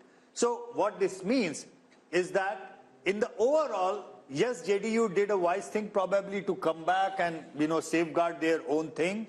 But if the NDA needs to pick up its tally, probably BJP needs to contest more seats, because there is a significant anger against the JDU, not just among the RJD supporters, but even in the BJP supporters. You come from Bihar. Does this poll account for the potential winning bandwagon effect? The fact that if voters in Bihar think that this is a Modi election, a BJP election, then they may more likely than just at the time of separation choose to go along with the NDA. That is most likely to be the case, because as Yashwantji is saying, BJP is likely to contest on a higher number of seats, give lesser number of seats to JDU, which is facing a decline in its support base. But if you see, both the parties were at 37% vote share. 15% is the Modi premium, because JDU was with BJP in Vidhan Sabha elections. So the Vidhan Sabha elections, when it factors into account the Modi impact, is 15% straight away. So, but with this swing of 8% from Mahagathbandhan to NDA, what would have been the result? It would have been 46-42% in favor of... The result would have been just bang opposite. So again, BJP, being a practical or a pragmatic party, clearly saw that there would have been significant losses in Bihar. The guy who won't like this U-turn was not is being Nitish Kumar. If he thinks he's worth Rahul Verma only 8%, you know, that just shows how, like the BSP in Uttar Pradesh, like the JDS in Karnataka, the JDU seems to be a very diminished force. Yes, absolutely. And I hope Nitish Kumar realizes it. And Nitish Kumar perhaps understands that he's diminishing, and he's still trying to make most of it. But with this 8%, he's still chief minister. No, the most valuable 8% you can have. So think of it. Since 2013, he knows that he's declining. But what he knows that without him, no government can be formed till at least till 2025. And he's making most of it. He's basically, he goes with, so he's one of those politicians where he's being opportunistic and ideological at the same time. He joins RJD, gets his caste census done. Comes to BJP, does certain other things. So he's trying to make most of it in a very, very small... But you know, look at, maybe the BJP looked at Yashwant's last Mood of the Nation poll. Yeah. And there were 3 states where the BJP was in clear trouble. There was Bihar, there was Karnataka, and there was Maharashtra. Yeah. What did they do in Maharashtra? They broke the 2 major parties, Shiv Sena earlier, then the NCP. In Karnataka, you went and tied up with JDS, brought back Yediyurappa into the fold through his son. And in Bihar, you got Nitish Kumar back into the fold. I saw this photograph in the morning papers today, Prime Minister shaking hands with Nitish Kumar. And I just wonder, you know, what makes politicians tick? Here are 2 people who've attacked each other personally at various stages. Nitish Kumar refusing more than a decade ago to even share a stage with the Prime Minister. But all is fair in love and politics. And I come back to it, Rahul. The BJP has shown itself to be a party of power while claiming to be an ideological party, and the Congress has done just the reverse. No, but I don't agree. Once they're in power, they're ideological. In their logic is, they've scrapped Article 370, they've brought India the Ram Mandir. Sure. What other proof do you need of ideology? No, I'm not saying the ideology is diluted. Yeah, UCC has come about in Uttarakhand. So once their formula is you win and then you get ideological. To win, you don't worry about ideology. All I was saying is that there were states where the Congress had seen they were going to get, the BJP had seen, they could be down by double digits. Bihar was one of those states. Let's find out a way to tackle Bihar. The point, Rashid Kidwai, is this is the difference. You see, I got a call just now from a UPA leader. Please show me which are the states where the BJP is growing. I said it's not about the BJP growing, but holding its own. And they've held their own by strategic politics. Does the opposition recognize that, Rashid? Yeah, or will they only blame the enforcement director? Yes, I think Nitish Kumar's story is not complete without the opposition politics. Nitish Kumar seems to have gone on a rebound. He worked very hard for this India alliance, and when Mamata Banerjee, propped up Mallikarjun Kharge, and when Rahul Gandhi said that, he will talk to Mamata before appointing Nitish Kumar as a India alliance convener, all these things look like... You're saying if he was appointed convener, he would have stayed on? Precisely, because Nitish Kumar was not doing 8%. He knew his days are numbered. He wanted to be a prime ministerial face. He may not have said it. And this is... If he was made convener, think of it. After 2023 December results, he's also making calculations. Being convener is only worth if you have a shot at something. So he thought he was on the losing. Shama Mohammed joining us of the Congress party. Shama Mohammed, do you believe that in Bihar, the BJP in this last stretch has trumped you by taking someone who was not too long ago seen as the architect of the India alliance? So perception-wise and now in reality, as per our numbers, the Congress-led India alliance has lost a big opportunity. I don't agree with you on that, Rajdeep. Everybody knows what Nitish Kumar is. Like I said before, if he had to go, he had to go. He keeps jumping from here and there. But you said a very important thing is, what is the ideology of the Bharatiya Janata Party? For example, let's look at the Meghalaya election. They were with NPP in Meghalaya before the election. During the election, they went their separate ways. Mr. Amit Shah has put in the manifesto that the party NPP is corrupt, and when they come to power, they will take action. They won 2 seats in that election, and they said very clearly, Conrad Sangma and NPP is corrupt. They go and join the party after the election. So yes, they will do anything. Opportunist when it comes to election, they are ideological when it comes to governance. So they bring in, as Rahul rightly said, Article 370, Ram Mandir, maybe uniform civil code after the next election. Ideological in governance, strategic opportunism, if you want to call it that, tactical politics when it comes to elections. Rajdeep, let me ask you one more thing. Then why is that you can eat beef in Goa, but you cannot eat beef in Karnataka? Okay, so that's now, let's just stick for the moment to the data. So no, they have no ideology. And one last point. This is not mood of the nation. I would call it mood of the media also. Today I was traveling from Delhi to Imphal, and the person in the plane says, dekho, Modi kya keh rahe hai? That we are dividing it into north and south. It's all about what Modi. But I don't understand why the paper and the media does not talk about how a present sitting prime minister insults the first prime minister of India, calls him all the names in the world, and nowhere in the world they do that. Nowhere. And let's not forget he was a freedom fighter. So why is nobody written about that? How the present prime minister keeps insulting a freedom fighter, the first prime minister of India. And see, you have to understand, people get carried away with what media is doing. Before 2014, we were questioned 100 times. I fail to understand why the present government is not. You could write an article on why beef is allowed in Goa, but not in Karnataka. West Bengal, another big state where the battleground is going to be tough. Let's take a look at the vote share first. Remember, the BJP did very well in Bengal, the breakthrough election of 2019. Now, in vote share, NDA 40%, holding its own. The Trinamool Congress 43.5%. Here we've separated the TMC from the rest of the India alliance because it's likely Congress and left will contest together. That's others 7.3. So Trinamool Congress 43.5, others including Congress and left 7.3, NDA 40. How does this translate into seats? BJP 19, they won 18 last time, 19 this time. They will be happy that they are holding their own in Bengal. TMC 22, down 1.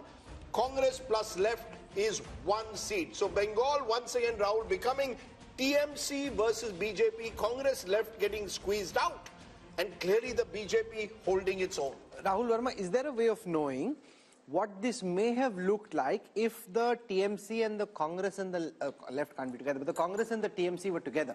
How much of a material difference could it have made to these vote share numbers? It's hard, right? Because you don't know what kind of transfers will take place. and what the seat allocation to different parties. Yashwant, how much of the Muslim vote is the Congress actually splitting, or is it largely going en masse to the Trinamool? You see, the minority vote saturation towards TMC is already done and dusted. Yeah. So I don't think there is anything from the minority vote perspective left much to whatever the 8 to 10% vote that left in the Congress. But you're picking up still. How much vote are you picking up for the Congress? You see, they together they are polling every about 4 to 5% each in that way. But the funny thing is that I kept on thinking why exactly Mamata Banerjee decided to go on her own. And when I took a deep dive and tried to understand the composition of what is left of left and the Congress vote, I realized that big number of them is actually anti-Mamata, not anti-BJP, which is now left with them. So there was a clear and present danger if the Congress and the left would have been in Mamata's alliance, then this vote, 8 to 10%, a huge chunk shifting them to BJP rather than coming Mamata's way. So with one caveat, you know, the left definitely had to be on the other side. Mamata was very clear. She needed a three-cornered race. Left voter needed to split the anti-Mamata vote. The Congress voter is more interesting, especially in areas like Malda, which the BJP, you know, did very well last time. There, the Muslim consolidation. And she saw it in a by-election which she lost last year, which troubled her because suddenly the Muslim vote was drifting towards the Congress. So in 4 to 5 seats, I think it could make a difference, but 4 to 5. So these numbers could have changed by 4 to 5 if even now the Congress ties up with the left. That's about also, it, not more than that. Look into the statement and look into the body language of Adhirda and everybody else within the Congress rank and file. The way their campaign has been, it looks more of anti-Mamata, less of anti-Modi. So they are holding on to whatever they have, they are understanding there is a huge chunk of their vote which is primarily anti-Mamata rather than But I will make again one caveat. Adhir Chaudhary is worried about Adhir Chaudhary. Adhir Chaudhary wants to win his own seat. It's not about a Bengal strategy. If there was and this is where the India Alliance gets it horribly wrong. Do you have a strategy for Bengal or do individual leaders dictate terms to you as to how you do it? We must remember Mamata Banerjee has not left India Alliance. So this is the part of tacit understanding also. The left Congress alliance just to prevent the extra BJP getting extra. Oh, come on, there is no tacit alliance when Adhir Ranjan Chaudhary comes every week to Kolkata and attacks you in personal terms. There's no tacit alliance between Adhir and Mamata. No. Let's be very clear. So is he a Trojan horse? No, it's not about Trojan horse. Mamata is also doing a lot of poaching. By the way, sure. She is, but the point is, one-way street. No, the India Alliance should have decided, this is Mamata's point, who's going to drive your alliance in Bengal? Is Adhir Ranjan Chaudhary going to decide it or am I going to decide it?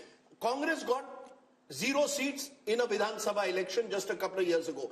Can Adhir Ranjan Chaudhary, simply to protect his own seat, sort of dictate terms to Mamata? It won't happen. I think the India Alliance has singularly failed to have any chemistry on the ground, which is why Mohammed respond to that. It's a notional loss of, I agree with Rajdeep ji. Congress should have formed an alliance with TMC. There would have been a vote transfer because Congress vote is also anti-BJP vote. It would have transferred to TMC and they could have won 5 to 6 seats extra.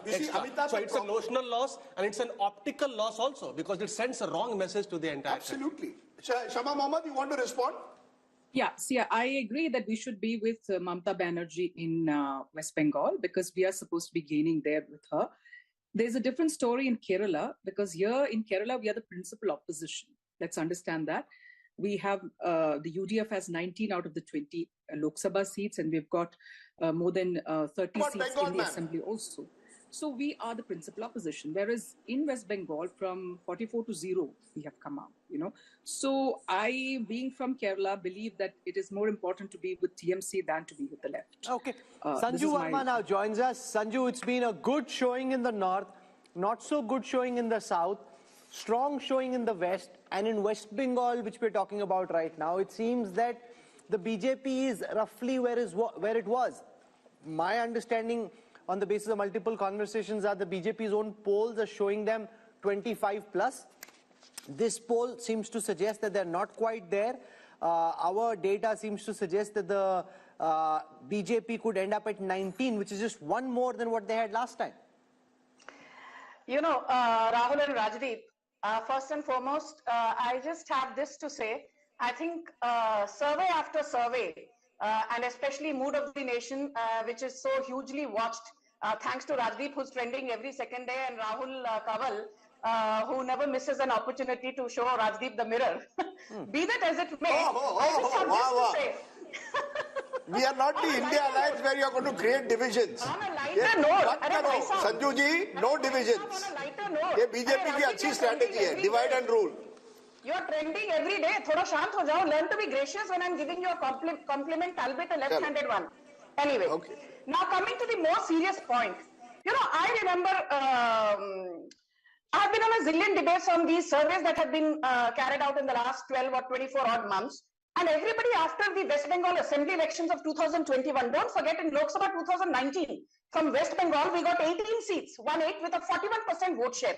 But come West Bengal Assembly elections 2021, while we improved our tally from 3 seats to 77, which was a 2400% plus jump, our vote share fell from 41% in Lok Sabha 2019 from West Bengal to 38%. And what did political pundits say? अरे भाई 3% का vote share की गिरावट हो गई है बंगाल में.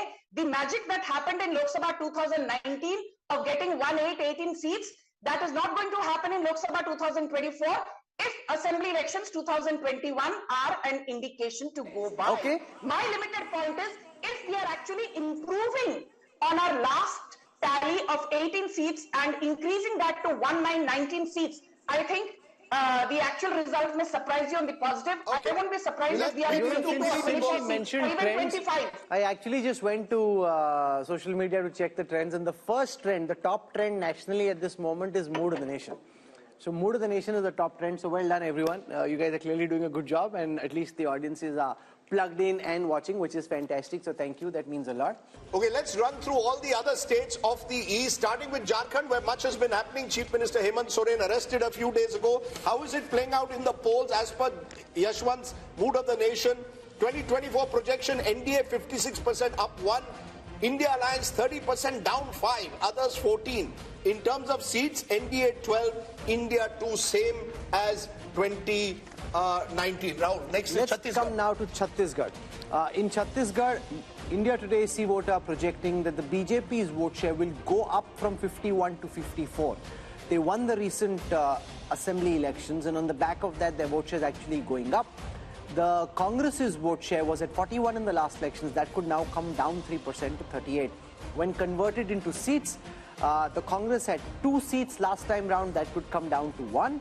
The BJP had 9 seats last time round. That could go to 10.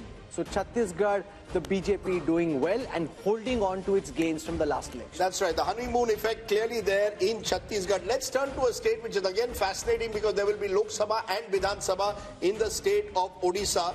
2024 projection, NDA 40% vote share, that's +2.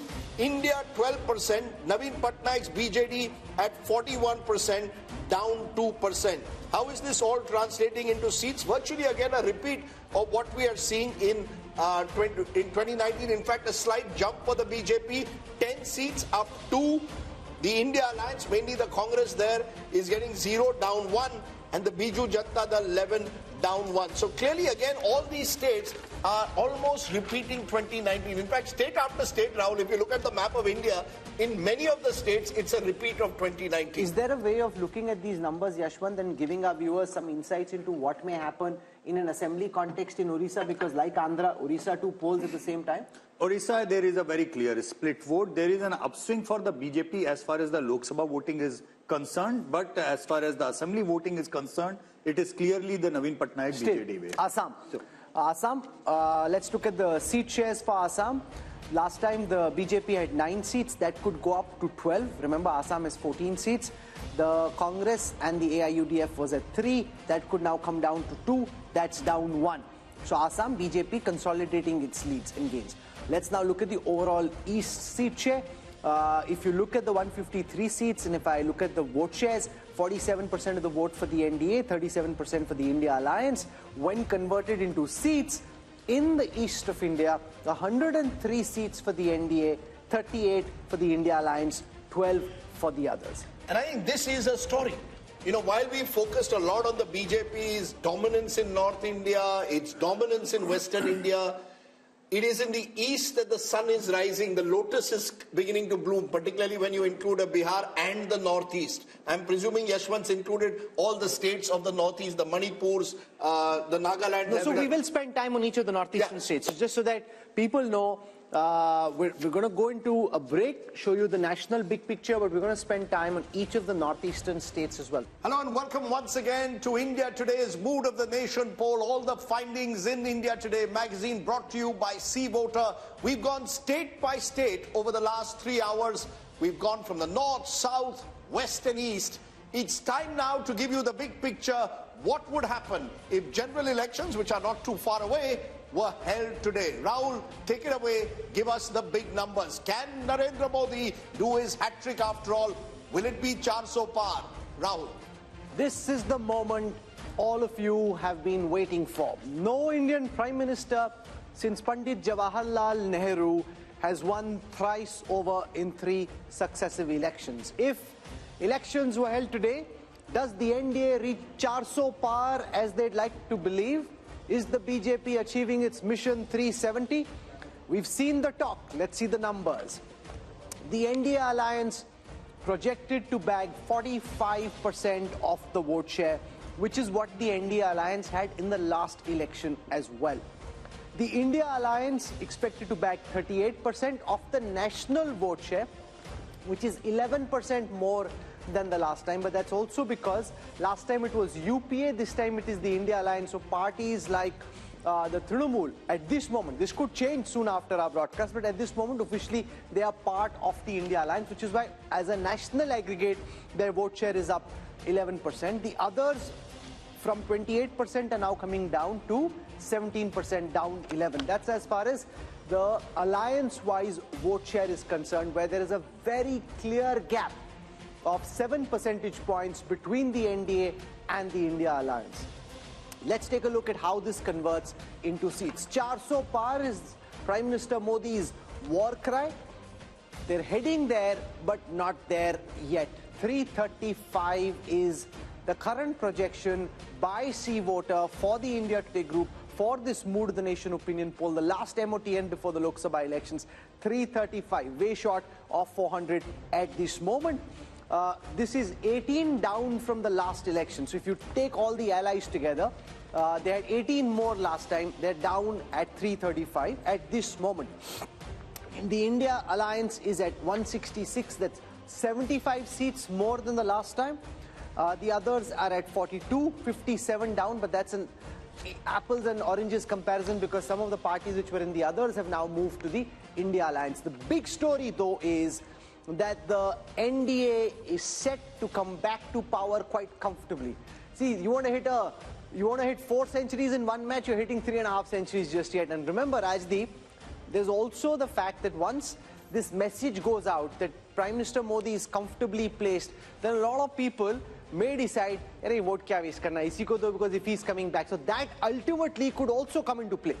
You know, there seems to be, Rahul, an inevitability about the outcome. I think this is one of those strange or rare elections where it almost seems, at least when you speak to political observers and politicians, that the outcome is known. It's a question of where does the NDA, BJP-led NDA end up? Where does the BJP end up? These numbers are showing the BJP is roughly just around where it was in 2019. The NDA is marginally down, but as you said, there could be a bump it could get in the next 2 months because if it campaigns hard and the BJP is known to do that. Plus, could it get more allies? Remember, all of this is before the possibility of a Chandrababu Naidu or an Akali Dal joining in. All of that could take the BJP above 350. I know that there is all this buzz about 400 par. That perhaps will require the perfect storm. But the BJP has set the base. I think what this Mood of the Nation poll shows, people want Mr. Modi back. The majority seem to want Mr. Modi back for a 3rd term in the first past the post system. And unless there's some kind of a miracle in the next 6 to 8 weeks, the India Alliance will have to simply accept next time, or good luck to you, 2029. 2024 appears as close to a done deal, Rahul, with these numbers. And the Prime Minister's popularity remains pretty high again. It will be interesting to see whether he just wants to equal Nehru's record or actually be around the next time to beat Nehru's record, or at least attempt to beat Pandit Nehru's record. Let's take you through how the party-wise vote share and seat share would stack up. We looked at the alliance-wise numbers. Let's now look at the party-wise numbers. The Bharatiya Janata Party had 37% of the vote in the last election. That is expected to go up by a massive 3%. I'm saying massive because in a national context, for one party to be able to increase its vote share by 3%, that is a very significant achievement. The Congress had 20% of the vote share last time. See voters predicting at this moment that that could come down to 19, just a dip of 1. Others were at 43, they could be at 41. The big story there though is that the Bharatiya Janata Party, which in the last elections was standing at 37% vote share, could go up a massive 3% to 40. You know, Rahul, there are two big stories. One is the BJP story, the possibility, as you said, that Prime Minister Modi will emulate what Nehru did, win 3 consecutive elections. The other story is the Congress Party, losing 3 consecutive elections and its vote share not changing. I keep repeating, there's one figure that stands out for me, Rahul. The BJP got around 7.5 crore votes in 2009. It went up by a whopping 200% to over nearly 22 crores by 2019 in a decade. The Congress vote has remained relatively static at 11 crores. So while we are looking at the BJP and the big picture of Mr. Modi winning his hat-trick, we've got to also look at the Congress Party. And I think somewhere there are but two it's not stories static. there. If the pie is growing up and your portion, right. say you're actually You're not declining getting very new badly. voters. So you're not static. See, you're declining. Your vote share is remaining static. For a moment, and before we kickstart our discussion, let's take you through how this stacks up in terms of seats. We've looked at the vote share numbers. Let's take a look at how many seats each of these parties is projected to bag. The BJP, remember, had a 303 rifle that they were firing last time. This time it's 304. So it's not Mission 370. That's his rallying war cry. They're not there yet. 304 is where they stand. 71 is where the Congress stands, which is up 19 from the last time. Remember, there are gains in states like Telangana, which are helping the Congress do better than it did last time. Others at this moment are at 168, down 20. So that's where it stands. Prime Minister Modi very comfortably placed to be PM once more, which is why Raj Chingappa and his team are saying it's get set for a hat-trick. Raj, you want to give us what your headline is? What is it hat-trick? Is it the Modi momentum? What is it? It is set for a hat-trick. So is it about Modi? Is it about the BJP? How do you see it? I see your cover has Mr. Modi imperiously walking down. So we're calling it heading for a hat-trick. But let's, just for a moment look at the figures that are there. Yes. I mean, it's commendable that Mr. Modi, in his 10th year, is able to deliver the kind of numbers to the BJP and the NDA. And look at the term that he does it. In the second term, I mean, every world leader was under pressure, put on the mat. There was a once-in-a-century pandemic that was there. You had a complete collapse of the economy. You had the Chinese intrusion coming in. You had 2 wars, the Gaza and Ukraine war that pushed up inflation. Everything that could go wrong goes wrong. And yet, when we see at the end of 10 years, Mr. Modi is not only shining, but is up there in the league of greatness, possibly statesmanship that is happening. So I think we have to give him credit for what is it. Now, whether he's going to beat the record of Nehru, that has to be seen, but the polls indicate that. Whether he will beat the record of Rajiv Gandhi in 1984, that is to be seen, because 400 at the moment from what we took in these last 3 years, 3 or 4 bellwether states, the NDA seems to be holding, but not really catching up to the 370 that Mr. Modi wanted. I think what we will see in the next 2 months, there will be, I believe, because the way it is trending, and I studied what we did in 2014, when Dr. Manmohan Singh was aspiring and the Congress party was aspiring for a 3rd term. If you looked at our Mood of the Nation poll at that time, in January 2014, the Congress was down to 100, and the UPA was down to 122 seats. And the BJP, the trend line was that the NDA and the BJP was going to win it. Here, it's just the opposite. The ruling dispensation is doing it. So I would think that we are going to see a Modi wave because they can only get better from here. They seem to have equaled what they've done, and we're going to see this huge movement. There are caveats, which... We will come to the caveats in a moment, but is that how you see it? The big takeaway is the BJP has consolidated, holding its own. If anything, Yashwant Deshmukh, it could go up, possibly, in the next 2 months, depending on the nature of the campaign, the kind of momentum that you tend to get, that the winner gets a kind of bandwagon effect. Well,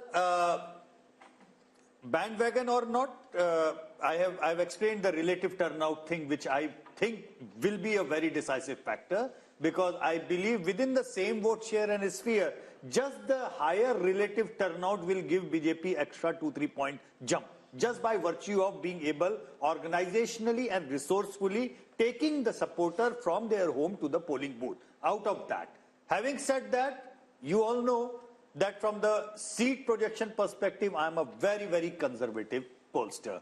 For what Raj is indicating, what Amitabh is indicating, probably is, they are poking me that, Yashwant, this is the starting block. And I agree to that, because when I look into the gap of 20% vote share for the BJP, Rajdeep, it's like it is likely to end up a complete sweep in many of the states where marginally I have probability-wise given 2 or 3 seats to the others. So if you look into the 335, it can easily be 350 just by taking into the other sweeping stakes of the BJP. So is there any caveat at all, Rahul Verma? Is there an inevitability of the outcome, as I said, where the question now remains whether the BJP is where Yashwant has pegged them at 303, NDA at 335, or does the BJP go up to 340, 350, NDA 370, 380? Are these the only two scenarios you see, or is there a possibility of a 2004 miracle that the opposition is holding on to? In Indian politics, there is always possibility, but the other term I'll use is probability. The probability of this now turning in a reverse direction is very, very low. And see what is happening in some ways, just to sort of like add to what Rahul was saying. PM Nehru in his successive elections, 52, 57, 62, Congress vote share did not improve. What is happening with BJP, 31, 37, and now projected is 40, 4 months ahead or 3 months ahead of election. And given if it's a conservative estimate, BJP being an organizational party can actually pick up more votes. With that kind of vote difference, the seat translation is going to be heavy. And second point, Congress is holding on to its 18% vote share and 70 seats because of its perhaps performance in Telangana and states like that. And we don't know what would conspire in some of these states. If BJP ties up with, say, BRS, Telangana seat tally might change. What happens to the Congress party, Rashid Kidwai? 3 consecutive defeats, 15 years out of power. And while they may get 70 seats as per our poll, that could even come down to 40, 50 if the BJP goes up by 20, 30. Where does that leave the Congress party? Can it hold together with a third debacle? Yeah. I think, Rajdeep, it may sound a bit odd and bizarre, but the Congress would be very happy to know Yashwant Deshmukh's, finding and mood of the nation that Congress is getting 71 Lok Sabha seats. It will give them a formal position of leader of opposition in the Lok Sabha. Remember, Congress is very easily satisfied party, and that's the one reason why it is going down. On the other side, when Bharat Jodo Yatra, and this is a very big lesson for Rahul Gandhi, when Bharat Jodo Yatra was started in first phase, it was thought that with that yatra, Rahul Gandhi Congress would be able to increase, its vote percentage by 3 to 4%. They were actually hoping for 25%. So it's a very bad news that Congress is not getting vote percentage, no increase in vote percentage. I think individually in states there will be breakaway Congress factions because nobody wants to be in opposition forever. Amitabh, your big takeaway from these numbers, clearly it shows 2 months before the election, perhaps, as I said, more than any other election, a dead certainty as to who the winner is. I can only compare it with January 2019. January 2019, which is the best comparison to make, the Congress had just won 3 states in North India, and the poll suggested a tightening of the contest. The India Today mood of the nation actually suggested a tightening of the contest. A coalition government for the NDA. A potential coalition government for the NDA. Now we are seeing a clear majority for the BJP. What's your big takeaway? Is Indian politics heading towards some kind of a dominant party system, or is it about Prime Minister Modi being this domineering leader? So BJP is, of course, attaining the pole position which Congress used to acquire during the 1950s to 1990s. At that point of time, Congress was competing mostly against regional parties. Here we have BJP competing mostly against regional parties because regional parties tally is 168 seats. BJP is increasing its vote share. Congress is holding on to its vote share, and all its gains are coming at the cost of regional parties. In fact, the story, Rahul, for me is once again that remember 186 seats, roughly 186 seats, direct contest in 2019, Congress versus BJP. Congress won just 12. BJP won most of those seats by double digits. Nothing has changed. It's almost as if the Congress is where it is, comatose in a way electorally, and the BJP is growing. And because they're not listening. And the other factor, which is also in a way worrying, is the North-South divide. The BJP dominating North India, dominating West India, doing even very well in the East. It's only the South which seems to be marching to its own beat. And I wonder what the implications of that will be long term. If the Congress had any good sense, and I'm not at this moment certain that the people who do are looking so obsessively at this election in the way that the BJP is, they should sit into a room, Messrs. Kharge, Rahul Gandhi, Uddhav Thackeray, Sharad Pawar, and say, let's thrash out the Maharashtra seat sharing formula before we leave. Sit from morning till evening, go seat by seat, thrash it out, compromise, and do the same for Telangana. Figure out who your candidates are, get on the ground. Instead of just spattering your ammunition all over the place, focus on their... No, but they're not even invited, Rashid. That's the problem. Each of those leaders are saying... Because Rahul Gandhi is there, so they need to... But what is more important? Sitting and fighting and trying to win the few seats you have an opportunity of winning, or this yatra which only seems to be causing trouble? Can I make an even more controversial point? Which is what? If I was the opposition today and I saw your numbers and the mood of the nation and all of us predicting the inevitability or the probability of the outcome, I would actually see one opportunity. And that is focus on state elections. There are going to be, look, there's a Lok Sabha election which the outcome seems inevitable. It's about whether... No, but you cannot, if you're in the opposition, you cannot take it as inevitable. You have to fight the election. No, you have to fight. That's why I said it's a contentious point. I have 100 rupees in my pocket. I would put at least 80 rupees of that into state elections. There's Haryana, there's Maharashtra, there's Jharkhand, there's Bihar next year, then there's a series of other elections. Look, in the Lok Sabha, you can pick up, I'm only going by the mood of the nation, Rahul. You can pick up 20, 30 seats by what you're saying, better seat adjustments, do a little bit in Maharashtra, work out your numbers. You should do that. Of course you should. Every election has to be fought. But when I look at the priorities, my concern for this kind of opposition is that they seem to not even be able to get their act together often in state elections. Maharashtra is a good example. There's an election in Maharashtra in September, October. You win Maharashtra, you lift the morale. Imagine what happens if you lose Lok Sabha badly and then also you suffer a debacle in Maharashtra and Haryana. Eventually, and don't forget, Karnataka, the government could be on notice given the kind of numbers that we are showing. Telangana, the Congress has a small majority. So, the Congress Mukt Bharat or an opposition Mukt Bharat is in a way a reality if these numbers hold on. I would say focus on state elections, get your act together, and I agree with you. At the moment, you should be sitting across a table, working out seat sharing, working out some kind of plan. I don't see that, which is why I think Yashwant has underestimated the BJP. My numbers are, I did my own polling, 340 plus BJP, 370 plus ND Alliance.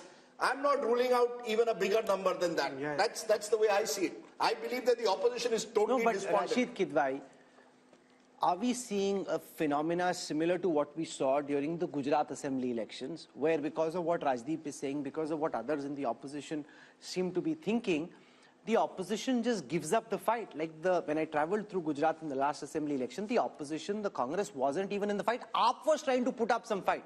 See, it's a self-perpetuating prophecy. If you don't fight, your opponents do even better. The BJP ended up with 154 out of 182. If the Congress had fought harder on every seat in every region, they may have done better. You give up the fight thinking, you take what Rajdeep is saying seriously, because the opposition takes what he's saying very seriously. If they start taking what he's saying seriously and not fighting this Lok Sabha election and preparing for the assembly election, jitna bura pitenge, usse aur pit jayenge. Too late. Ye sab hota chahiye tha 6 mahine pehle. You see, the biggest problem with this opposition in 2024 is there is no sense of ownership. there is regional parties and there is Congress. When we talk about Congress, there is an official AICC President Mallikarjun Kharge, and there is a Rahul Gandhi who represents the political leadership of the Congress. Now each person. So what does Kharge represent then? He's a Congress president, but he lacks that kind of political leadership. That's what I'm saying. There is no sense of ownership. Not and political leadership, political authority. He's not been given the political authority. Can I just come in at this point? Take a look at the opposition. If, for instance, the Congress, if it had won one state in the north, Madhya Pradesh, where it was, anti-incumbency was clear. So it was so close to actually turning the election. Because if you go back in the year that's there, firstly you win Himachal in December, then you come back and win Karnataka, I'm talking last year. You have the India alliance being formed at that particular point of view. You knew where your battles were. Okay. This is the difference between what the BJP does, which knows that these 3 seats were critical for them to get the momentum to win the Lok Sabha.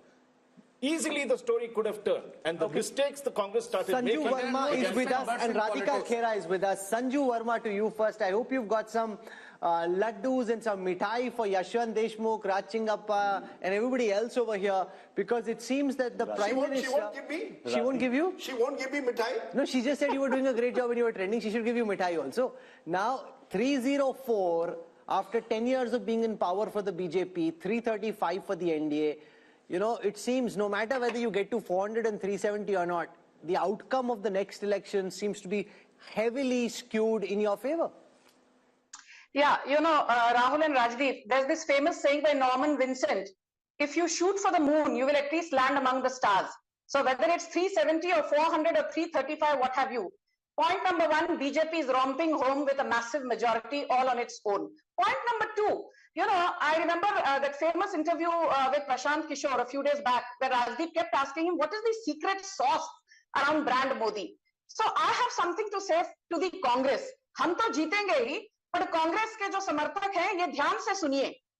जो जानकर भी अनजान बना रहे, उसे दर्द क्या बताना? जो जानकर भी अनजान बना रहे, उसे दर्द क्या बताना? अभी मगरूर है वो, खुद में उन्हें क्यों होश में लाना? अभी मगरूर है वो खुद में, उन्हें क्यों होश में लाना? एहसास तब होगा उन्हें जब छोड़कर जाऊंगा. एहसास तब होगा उन्हें जब छोड़कर जाऊंगा.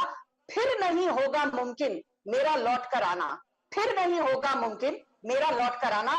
The voters have time and again. कौन छोड़ के जा रहा है? अरे भाई साहब, वोटर्स ने छोड़ दिया है, but Rahul Gandhi refuses to look into the mirror and get a reality check. But now I will speak with hard numbers. Just bear with me for 20 seconds. Before you go on, you've thrown a poetic punch. Radhika Khera, I don't know how good your shairi is. She's thrown a poetic punch at you. That's a bit of a googly. Can you come back on the spur with a counter? Let's see. The numbers aren't favoring you, but let's see how good your shairi is. Go for it, Radhika. I'm sure that these numbers are a disappointment for the Bharatiya Janata Party spokesperson, because their claims of ab ki baar 400 par have gone down over here itself in your survey. But coming back to that, I feel that surveys are not actually showing the true picture. The true picture is what I have here. I'm sorry, I don't believe in shairi and all, because we are not here for entertainment. And India Today is for talking about hard facts. Hard fact, today's newspaper, which says, Kisan karenge aaj Delhi ka coup. This is the reality of the country today. The reality of the country today is that our wrestlers were sitting outside protesting, and what were they given in return of the protest? Lathia. The reality is that the entire country is dealing under inflation, unemployment, poor law and order. While Modi ji goes and pats himself on the back, I did not speak in between. Sanju Verma, you must allow her to speak. No, please put down Sanju Verma's voice. You must allow her to speak. We are a democratic country, and India Today is a democratic channel where you cannot mute my mic and you will let me speak. You cannot control the opposition over here. Well, coming back, the country is watching how over 100 parliamentarians were suspended for parliament because they were raising their voice. Country is watching everything. Country is watching how governments are being brought down, being scared by the ED. Parties are being broken down and new fractions are being built. Country is watching everything. Yes, there have been disappointments that we've had in the recent elections in Chhattisgarh, Madhya Pradesh and Rajasthan. But all surveys were predicting that Congress was winning Chhattisgarh. And Rajdeep, you even visited Chhattisgarh. The mood of Chhattisgarh was absolutely different on the ground.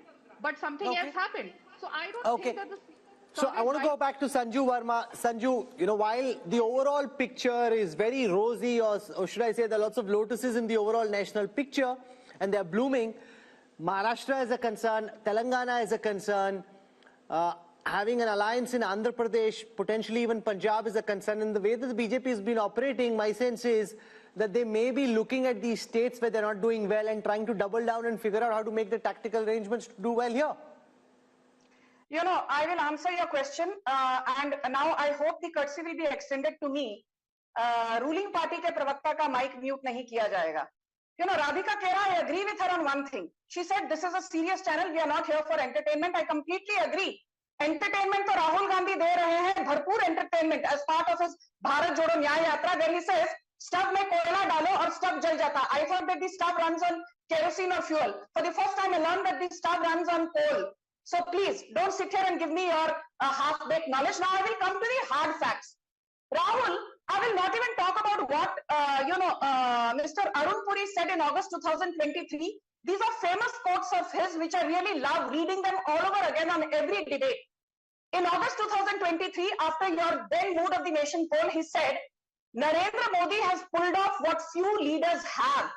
He has banished the universal factor of anti-incumbency. Narendra Modi's popularity rankings defy the law of gravity. I'm quoting Mr. Arun Puri ad verbatim. And I'll tell you why जहां नरेंद्र मोदी खड़े हो जाते हैं, वहीं से line शुरू हो जाती है, because we had a votes or number of seats at 17.6 crore in Lok Sabha 2014. People said, this was just happenstance. We got the number of seats, winning seats at 23 crore votes. 23 crore people voted for Narendra Modi in 2019, which means there was a 31% increase in our winnable seats between 2014 and 2019. Now, I am not even going to assume that BJP will see a 3% uptick in its vote share from 37 to 40%, as Rahul said. Let us assume that the vote share continues to remain at 37%. It does not rise to 40%. I'm being conservative, despite being an Andhra and a Modi Bhakt. Despite having a vote share at just 37%, just going by past track record, if you extrapolate the numbers, you will see 30 crore people voting for BJP, assuming a 31% rise in number of seats. And if you assume so you made that point, ma'am. I want to go across the table, ask Amitabh, what could be the X factors from here? We're in the beginning of February. We've got March still to go and then elections in April, May. What could change, good, bad, for both the opposition and the government? See, X factors for the BJP clearly is the mood of the neutral or the undecided voters from now on, because BJP clearly has the momentum. The numbers are very strong for BJP. 335 NDA means if you add the reverses in Maharashtra and Bihar, which is 25 seat itself, 360. Plus you have a new ally from Andhra Pradesh, possibly 17 seats, 377. So mission 400 or 370 is not impossible. That's number one. This is largely predicated on the image of Prime Minister Modi.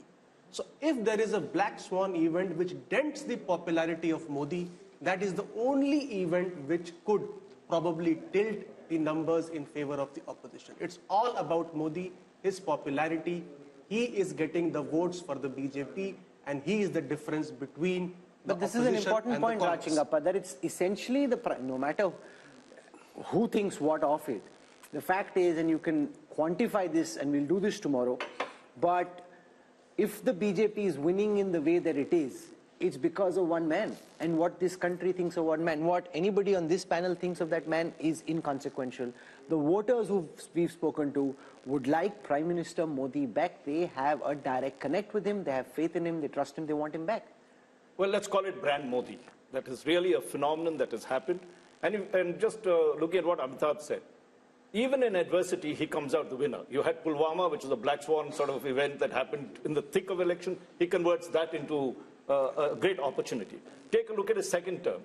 Each of these things, COVID, he's first castigated. Our polls itself show that it goes down, comes back, with a bang, makes sure that the economy is growing, takes care of the people on one side. Then let's also look at I think there are a couple of qualities we have to look at Mr. Modi. Decisive leadership, Article 370 goals, early in the tenure that is there. Ram Temple, built at terrific speed. The Parliament House built it. Women's Reservation Bill put there. So you are seeing, if you take a look at some of the characteristics of leadership, vision, he has it. He's not only showing a vision for these next 5 years, he's looking, many people could say, well, that's, really pushing the target too far. But he's giving a nation, an aspiring nation, a road to development. And I think that's very important. So he's able to balance the Hindutva sentiment, which is the cultural sentiment that you want, or the soul of the nation, with pragmatic governance, decisive leadership, and this quality that he demonstrates in terms of welfareism as well. So he's taken all the planks of the opposition, appropriated all of them, made it his own, and has really, that is why you're seeing the kind of results you see. And he's building, Rajdeep, a new republic, whether anybody likes it or not. Very different from the Nehruvian idea of India in the last 10 years, and he'll cement it in the next 5 if these numbers are correct. He has, in front of our eyes, built a new India. Look, as I said, the Prime Minister is a consummate politician, and it isn't easy to hold on to your popularity over an extended period of time, particularly when you've gone through several black swan events over the last decade. That is a given. I like to use sort of M factors, and I'm going to give you 7, each of which I think it's not just Mr. Modi's secret sauce. I put Mr. Modi at the top. I put machine. The BJP is a machine. And the machine... No, they built a machine. You mean machine, you think like it's a machine lying on the ground. Anybody can do a machine. They built a machine. Of course they built a machine, but the machine has various aspects to it. The machine knows how to use state power. It will know where, when to corner the opposition. So did the Congress when they were in opposition. So did the Congress. Sure, of course. But the Congress didn't build the structure that the BJP has built. When you say that, Mr. Modi is building a new republic, I just want to give the elements, I think, that are important as to why is he still winning. There's Prime Minister Modi, consummate politician, knows how to use power. There's the machine of the BJP, the RSS, the Sangh Parivar. There's the message. The message, interestingly, look at Mr. Modi's message in the last month since Ram Mandir. He's not focusing on Mandir, he's focusing on Viksit Bharat, talking about infrastructure projects, talking about Amrit Kal. Cleverly knows how to change the goalposts. This is over, let's move on to the next. So the opposition doesn't know what will come next. Number 3. Number 4 is money. Let's be honest, Indian elections, the oxygen of Indian elections are increasingly money. The BJP dominates that space like no other party has done. The Congress may be in its pomp, but that time, the opposition was much weaker. No, but that time the Congress leaders, many of them pocketed the money themselves. There's different structure they are getting for the machine. A lot of the Congress leaders, and you know this well, pocketed it's not as if in Maharashtra we don't have khoke ki rajniti. Let's not say that we institutional corruption in the manner in which there was under the UPA. That's not the case. The jury is out on that, but I'm willing to concede that the Prime Minister has made it, ensured that the party comes first at the very top. Not in the case of the Congress, individuals came ahead of the party. Then you have Mandir. I think as the survey is also going to show, Ram Mandir has taken the Prime Minister's own popularity to another level. That's where it comes that, you're crafting a new ideological republic in a way, moving away from the Nehruvian idea to a new idea of a new republic. Who knows, uniform civil code comes next. Then, and I think this is crucial, you have the Mahagathbandhan. You see, you're as good as your opposition is. If you're playing a terrible opposition, which is so badly divided, which has really made no effort to actually build on the weaknesses of the government. It's not as if the government doesn't have weaknesses. Unemployment is a problem. Our survey also shows that. What have you done to build it? You have had 4 meetings of the India Alliance, all in 5-star hotels, or 3 of them in 5-star hotels, 1 in Patna where Nitish Kumar, your convener, has gone. You made no effort to capitalize when COVID management was going wrong, to build a kind of consensus. We need change. You've not offered me a leadership or a narrative to combat Modi. I think that's an important element. You're as good as your opposition is. Finally, and I know, Rahul, this is contentious, the media. Let's be honest, no one has dominated the media space quite like Mr. Modi is. So we've never really questioned, for example, the misuse of the ED in the way that it should be. The poll also shows a number of Indians believe the ED is being misused. So I think Mr. Modi is Teflon-like. All of this comes together to make him almost impregnable, pregnable. And I think, credit to him. It's not easy in today's world to be as popular in 2024 as you were in 2014. More popular, you can say, but it's a combination of various factors. Your popularity is also dependent on how unpopular the other side is. No, but that's not Modi's fault. It's not. If his opponents don't know how to bat and bowl, how can you blame Modi for that? Rahul, who's blaming Modi? I'm giving the reasonings. The reasoning is the opposition in the last 10 years has had opportunities. Demonetization was an opportunity. COVID was an opportunity. You had the chance to question the government in a serious manner. As this poll is showing, the regional parties are holding on to their own. But the Congress has been unable to rediscover itself. So the question will also have to be asked on Rahul Gandhi's leadership at some stage. Surely, Yes. This poll, how long is the Congress going to sort of protect him? I think the biggest problem that the opposition is facing is a face. You know, who Modi versus who? Is it Mallikarjun Kharge? Is it Rahul Gandhi? Is it Mamata Banerjee? Is it Arvind Kejriwal? So people have no idea. Is it M.K. Stalin? Is it some other, chief minister? So, nobody knows. So therefore, Mr. Modi is having it, very easy. And the survey is indicating at that. If there was a face, if there was a, sort of caste affiliation, if there was issues, talking points attached to it, perhaps the outcome may not have been very different, but there would be something like 2019-like situation. Is he invincible? I mean, at this point of time, can we say that Mr. Modi is invincible? Could the opposition have done anything better to change the mood of the nation? Maybe a better word is unstoppable. Yes.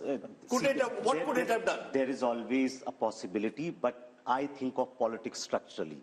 And the nature of politics is such that opposition does not have many chances. To use a cricket analogy, if, say, Tendulkar or Virat Kohli is in full form, no matter you ball a Yorker or you ball a sort of like, a googly and spin, they will hit you. But Tendulkar has got gold. Modi has never got gold. This is why leaders are important. But think of 50s and 60s politics. Were there no leaders in opposition? There was Lohia and other things. Could they challenge Nehru and Congress party? No, because in political time, now you counted 7 things. Everything is in favor of BJP, right? So at the moment, I don't think there is any X factor. The only X factor could be that we have no sense of what's happening on the ground. People have made up different mind and they are telling something else. So at the moment, everything is aligned in favor of BJP. Here's what I wish to say. Let's just zoom out for a moment and think of the larger picture in a more historical perspective. I was at the Pran Pratishtha of the Ram Mandir at Ayodhya, where while Prime Minister Modi was being introduced, he was linked to Chhatrapati Shivaji Maharaj, is the ideal Hindu king, who at that time, really demonstrated all the virtues that good Indian kings should have. So he's kind of being projected in a historical arc in that same kind of weight category.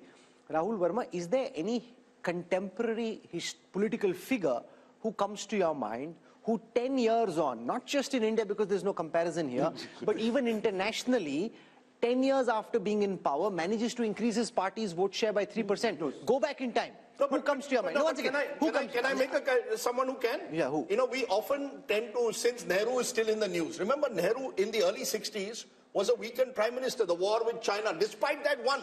Please understand. No, but his vote share kept coming down. But his vote share in the years that he was in power, the Congress kept losing ground, the BJP is gaining ground.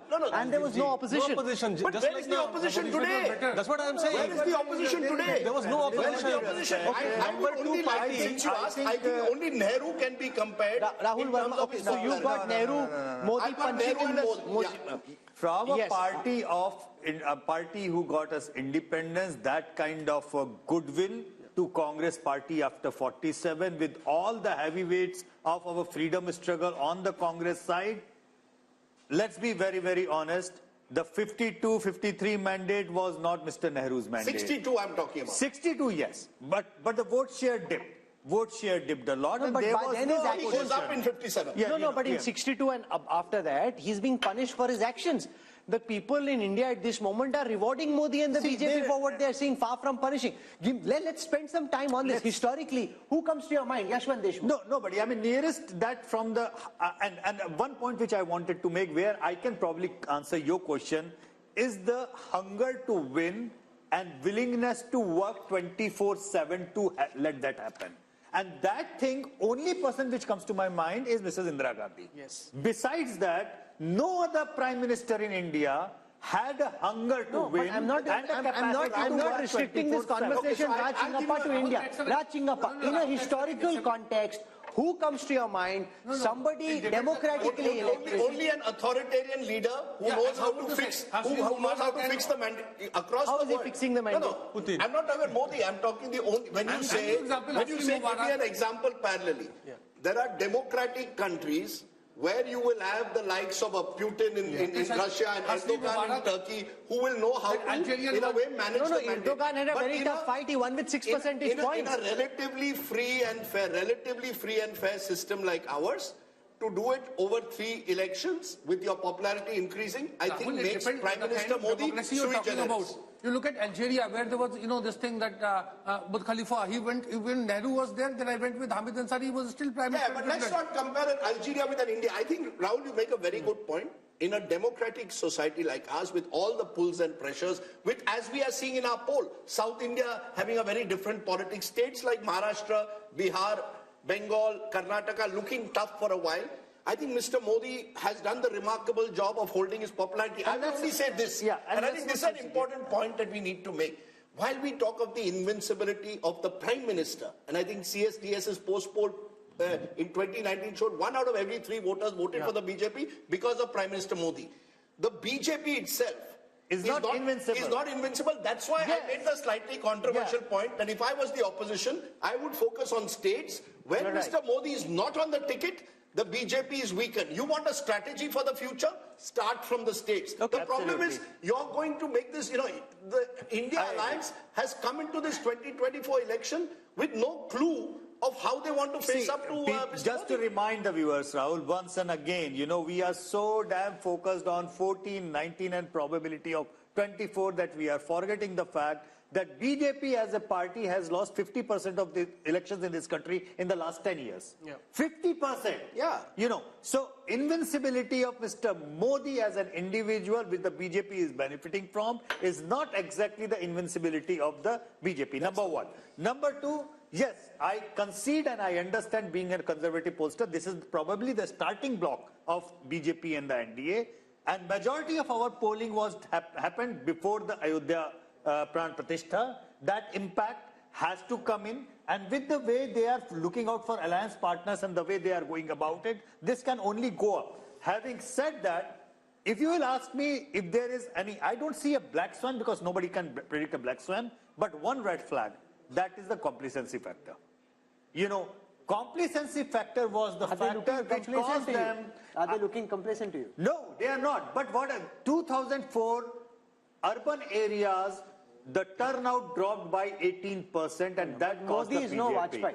That's precisely what I was trying to say. They have learned their lessons pretty hard, and neither also there is a very, can I give you a very interesting anecdote now? Is Mr. Sudarshan. Sure. Both the factors are remaining. Can I give you a very interesting anecdote? Just this morning, I was told by an MP, Parliament has been extended by a day. The BJP is going to put out a white paper on what the Congress did over 10 years. क्या जरूरत है अगर 300 seat मिल रहे हैं? What to put white paper? लगता है desperate है. मैंने कहा desperate नहीं है. They want to take that 320, 330 that the mood of the nation is good, because he wanted to know the numbers. 320, 330 to 370, 375. एक दिन भी नहीं छोड़ना है Parliament का. If we can get an extra Saturday in, where all the TV channels for 7-8 hours will talk about this white paper, keep the mahal going. So there is no complacency. On the other hand, it's like a team which has scored 350 runs is sure to win. But things, last 10 overs में और 100 run करके 450 जाते हैं. Amitabh Tiwari, look at how this 400 par is seeping into the psyche of the opposition. The Congress guests we had today, even Kharge ji in Parliament, they are referring to 400 par. They should be dissing the idea of that. It's like you have the most, forget ideology for a moment, you have the most competent practitioner of the political craft up against the most inept practitioners of politics in the Congress. You are right. That is why when you have them go head to head. What Mr. Modi did, what Modi did, sorry, Raj, just a quick point. I think one, when you look at what he's done in terms of 370 and 400 for the NDA, he's addressing what the concerns Yashwant was talking about. He has pushed the bar even further, higher and better. So, and today you feel He's getting 303 and he shouldn't be getting 400. No, but you heard what Rashid said. The second point. Congress will be happy with this. The second point I would like to make. Ek chota se point. Yes. You see that Congress thinks that if India Today and Yashwant Deshmukh are saying 71, it means Congress is well past 100 seats. That's how they're thinking. Yeah. No, I just have a quick addition to this one. You were asking about who else would you... I think Mr. Modi is in a league of his own. And internationally. Internationally, yes. And see, we are the world's largest democracy. I think we have produced great leaders. Precisely. You may not agree with Nehru or what he did. Come at the hour, it was Nehru. Come at the hour, this time, it was Modi. And I think we must, in many sense, commend that rather than bring comparisons. Indira Gandhi. Okay, so Nehru is one comparison. I'm saying go internationally, Raj, with all the expertise and experience. You see, there you could get other kinds of leaders who had just held on to power. In the recent power, probably you can't have any comparison with American presidents because they have to give up their terms in two terms. You might end up with a Putin, Erdogan, and all those. These are not the kind of leaders you'd like to match this. Or even Xi Jinping, the other side, right? He's also there, but of course a completely different system. So if you really look in terms of democratic nations, as I said, he's in a league of his own. I don't think we need to bring comparisons. Here's a person, as Rajdeep had described, we had talked of leadership. We have to appreciate that. May like him, may not like him. There is something about him that is, converted a nation of 1.6. I think, again, I completely agree with Raj, and just to add to him, see, what sets Modi apart from everyone, Nehru inherited a party and an organization. Modi also inherited. But BJP was not present in many parts of India as a strong force. What Modi has done in these 10 years has put the party on map in eastern India. In many states where they were in single digit are now running governments. Right? So what he has done electorally has basically created that machine which was there, maybe using all kinds of things. But now BJP is a very, very formidable and unparalleled election machine in contemporary politics across the globe. I think that is one of his biggest contributions. Can I add two more M's? Interesting. One is middle class. I remember Arun Jaitley telling me this 10 years. He says, as India becomes more and more middle class country, he believed that the BJP was there at the right place, right tap to capture on the energies of this middle class. I believe post 1991, ironically, the Congress party didn't capitalize on the zeitgeist of this new India. They went in the other direction when they should have actually taken credit for Manmohanomics, built this middle class constituency. Look at across urban India, and as India gets more and more urbanized, look at BJP's performance across urban areas. Mr. Modi is popular in both rural and urban. We forget the Labharti scheme and the impact that has had, direct benefit transfer, using it to put money in people's hands. But I think middle class has become a core constituency of the BJP, and they've built around that. And whether we like it or not, it may be the elephant in the room to some majoritarianism. Particularly in North India, there is a sense of a Hindu majority. The point you made, a new republic, somewhere it's the Hindu assertion. That also is a major factor. When I add Labharti and Hindu assertion, I don't think you can win an election. But which government in the past, Rajdeep, has spoken of making India a developed country and set a timeline for it? Sure. And actually then mobilize the will and try to build the circumstances which allow us to move in that direction. This is the only other government that I know. Rahul, I want to only put one small caveat, which is there are areas of darkness in this country. Let's be honest. Whether it's the ethnic but there are areas of darkness in the United States. There are areas of darkness in Europe. Rahul, just as I believe the middle class has arrived, unemployment is a serious crisis. It's going to get worse in the era of automation. In education systems will not be able to match what the new market needs. I just think let's not say that we've reached there. No, Mr. Modi is offering a dream. Mr. Modi is offering a dream. And making the effort to achieve that dream. He's offering a dream. He's offering a vision, and he's making the effort to take us in that direction. So it's not as if he's sitting on his laurels. But then tell me aspiration is not just middle class, Rajdeep. Middle class is like 50 shades of grey. Anybody who is not in BPL family is a middle class. Okay. So from lower middle class to middle class to the higher middle class, it's an aspirational class.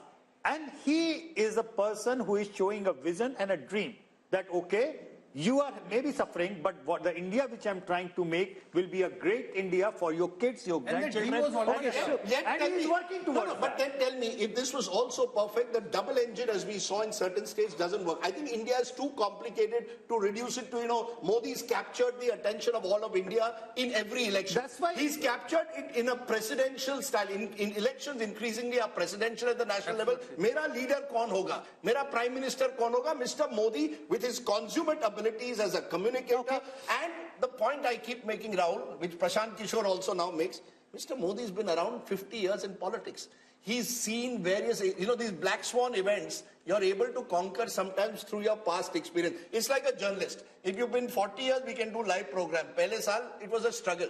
Mr. Modi's been there. He's done the hard yards. Let's give him credit. And he's been in power since 2002. He's been in power for 22 years, and that gives him experience of hand. On the other side, he's become elite. You've got regional leaders who've been stuck in their states. I think one of Mr. Modi's major achievements is from Gujarat Chief Minister. When he became Gujarat Chief Minister, we thought, ye kaise banega, RSS ka aadmi hai, has no experience in governance. When he becomes Prime Minister, we said, yeah, Prime Minister kaise banega? You said. Look, no, one minute. I will say this, and I have proof. Mr. Javed Akhtar, at a dinner in 2012, 1 week after Modi won Gujarat a third time, he said, yaar, kya lagta hai, Modi ji aayenge center pe? To maine kaha, I think Modi ji will come to the center. I think he will win the elections. 2012 December, before he tilted. He said, nahi, he is haunted by 2002, nahi ho sakta hai. I said, sir, there comes a time when a person can sort of go beyond his sort of past to the future. So I will not take that, but I will say this, that he surprised people. I would certainly. And he continues to surprise people. He continues to surprise. He continues to surprise the same people who never cease to be surprised. But that's a different matter. That's a good line. That's a good line. No, but it's true. It's true. That's true. The thing is that, see, the matter of fact is that he works hard. And I think pretty much, and I've said this to Raj, that, as one of my physics professors, he never used to give us marks on the final answer of the numericals. He used to give us the marks on what did we attempt. Dimag lagaya ki nahi lagaya, koshish ki nahi ki. I think Indian voters are coming to an age where they want to see the leaders make an effort. If you make an effort, they are even willing to own up your failures. See how people have owned up his demonetization failure. Okay. People, majority of them say, galat tha, lekin sahi niyat se kiya. Okay. Now, so we are out of time. We are out of time. We need to finish. There are two politicians which are fascinating in that sense, using this effort point. One is Mr. Modi, one in a very different way, Naveen Patnaik. Yeah. 25 years, never lost, and you ask people, nahi sir, koshish kar raha hai. You see, Indian voters, he's right, want to reward well-intentioned. Okay, so we are out of time. We need to wrap up. Rajdeep? No, Rahul, just one little point. I think it's more than just try. Modi delivers. He has demonstrated that on time also. Whether it is building a parliament building, getting things done, he makes sure that is the culture change. And also remember that at the end of 10 years, Dr. Manmohan Singh, with no disrespect to him, was completely tired. The government was just coming apart. Even Vajpayee ji, at the end of his 6 years, was very tired. He had to say, na tired, na retired. But, the government wasn't energetic. Prime Minister Modi continues to stay as energetic, as pumped up, where people around, and I've seen younger officers, much younger than him, and at New York, at the yoga day, I asked one young officer in his team, "Arey, tum kyun nahi kar rahe?" "Arey, nahi, unme zyada energy, hum mein kam." So, that's like people half his age. Okay, so Rajdeep, before we wrap up, if you were Modi, what song would you be singing tonight? What's that song that Shah Rukh Khan had? Number one. I don't expect me to know. What is the song? I'm the best. I'm the best. I'm the best. I'm the best. Koi hero yahan, koi zero yahan. I'm the best. Look, if you're Rahul Gandhi, what song are you singing tonight? You're putting me in trouble because you want... Ye kya hua? Kab hua? Kaise hua? Look, there are lots of songs. But look, seriously, I hope for the Rashid has another song. Can I though say something? For the sake of Indian... Okay, Amitabh Tiwari, 1 second. अपना time आएगा अरे भाई advisers बता रहे हैं उसको यही अपना टाइम आएगा Rahul, he's sounding like Narendra Yadav. Look, let's not rule out anything. Like Narendra Yadav. He's saying Rahul Gandhi thinks अपना टाइम आएगा. नहीं, Rahul Gandhi is being advised कि साहब अपना टाइम आएगा. I hope for our sake of our democratic process and indeed for our television coverage We have an exciting election. I hope that this mood of the nation doesn't result in most people believing ab kyon dekhna hai? No. Jeetna to hai. But I hope we have a contest. is that the reason he has given the shagufa of 360, 370 and 400? Because he might be feeling, Rajdeep bore ho raha hoga. Kuch naya do. We're out of time. You know, something if you look at the numbers across social media, across digital, across television over the past 4 hours of programming, I can see that there is interest. So Rajdeep may be feeling slightly, there's no fun over here. There's a lot of excitement, buzz around the India story, a lot of excitement about the Bharat of the future and around these poll numbers as well. And I think that will continue through. So I think Rajdeep's earned his dinner. Sung for his supper? Sung for my supper. India has been modified, it appears, as per the mood of the nation. We'll wait and see what the voter really wants. This was simply a teaser to what might be lying ahead. So day 2 tomorrow. A lot of detail on impact of Ayodhya, the impact of Nitish Kumar switching in Bihar, the performance report card of the Prime Minister, his government, the opposition, all that and more coming up in part 2 of the India Today Mood of the Nation all through the day tomorrow. So we'll see you again.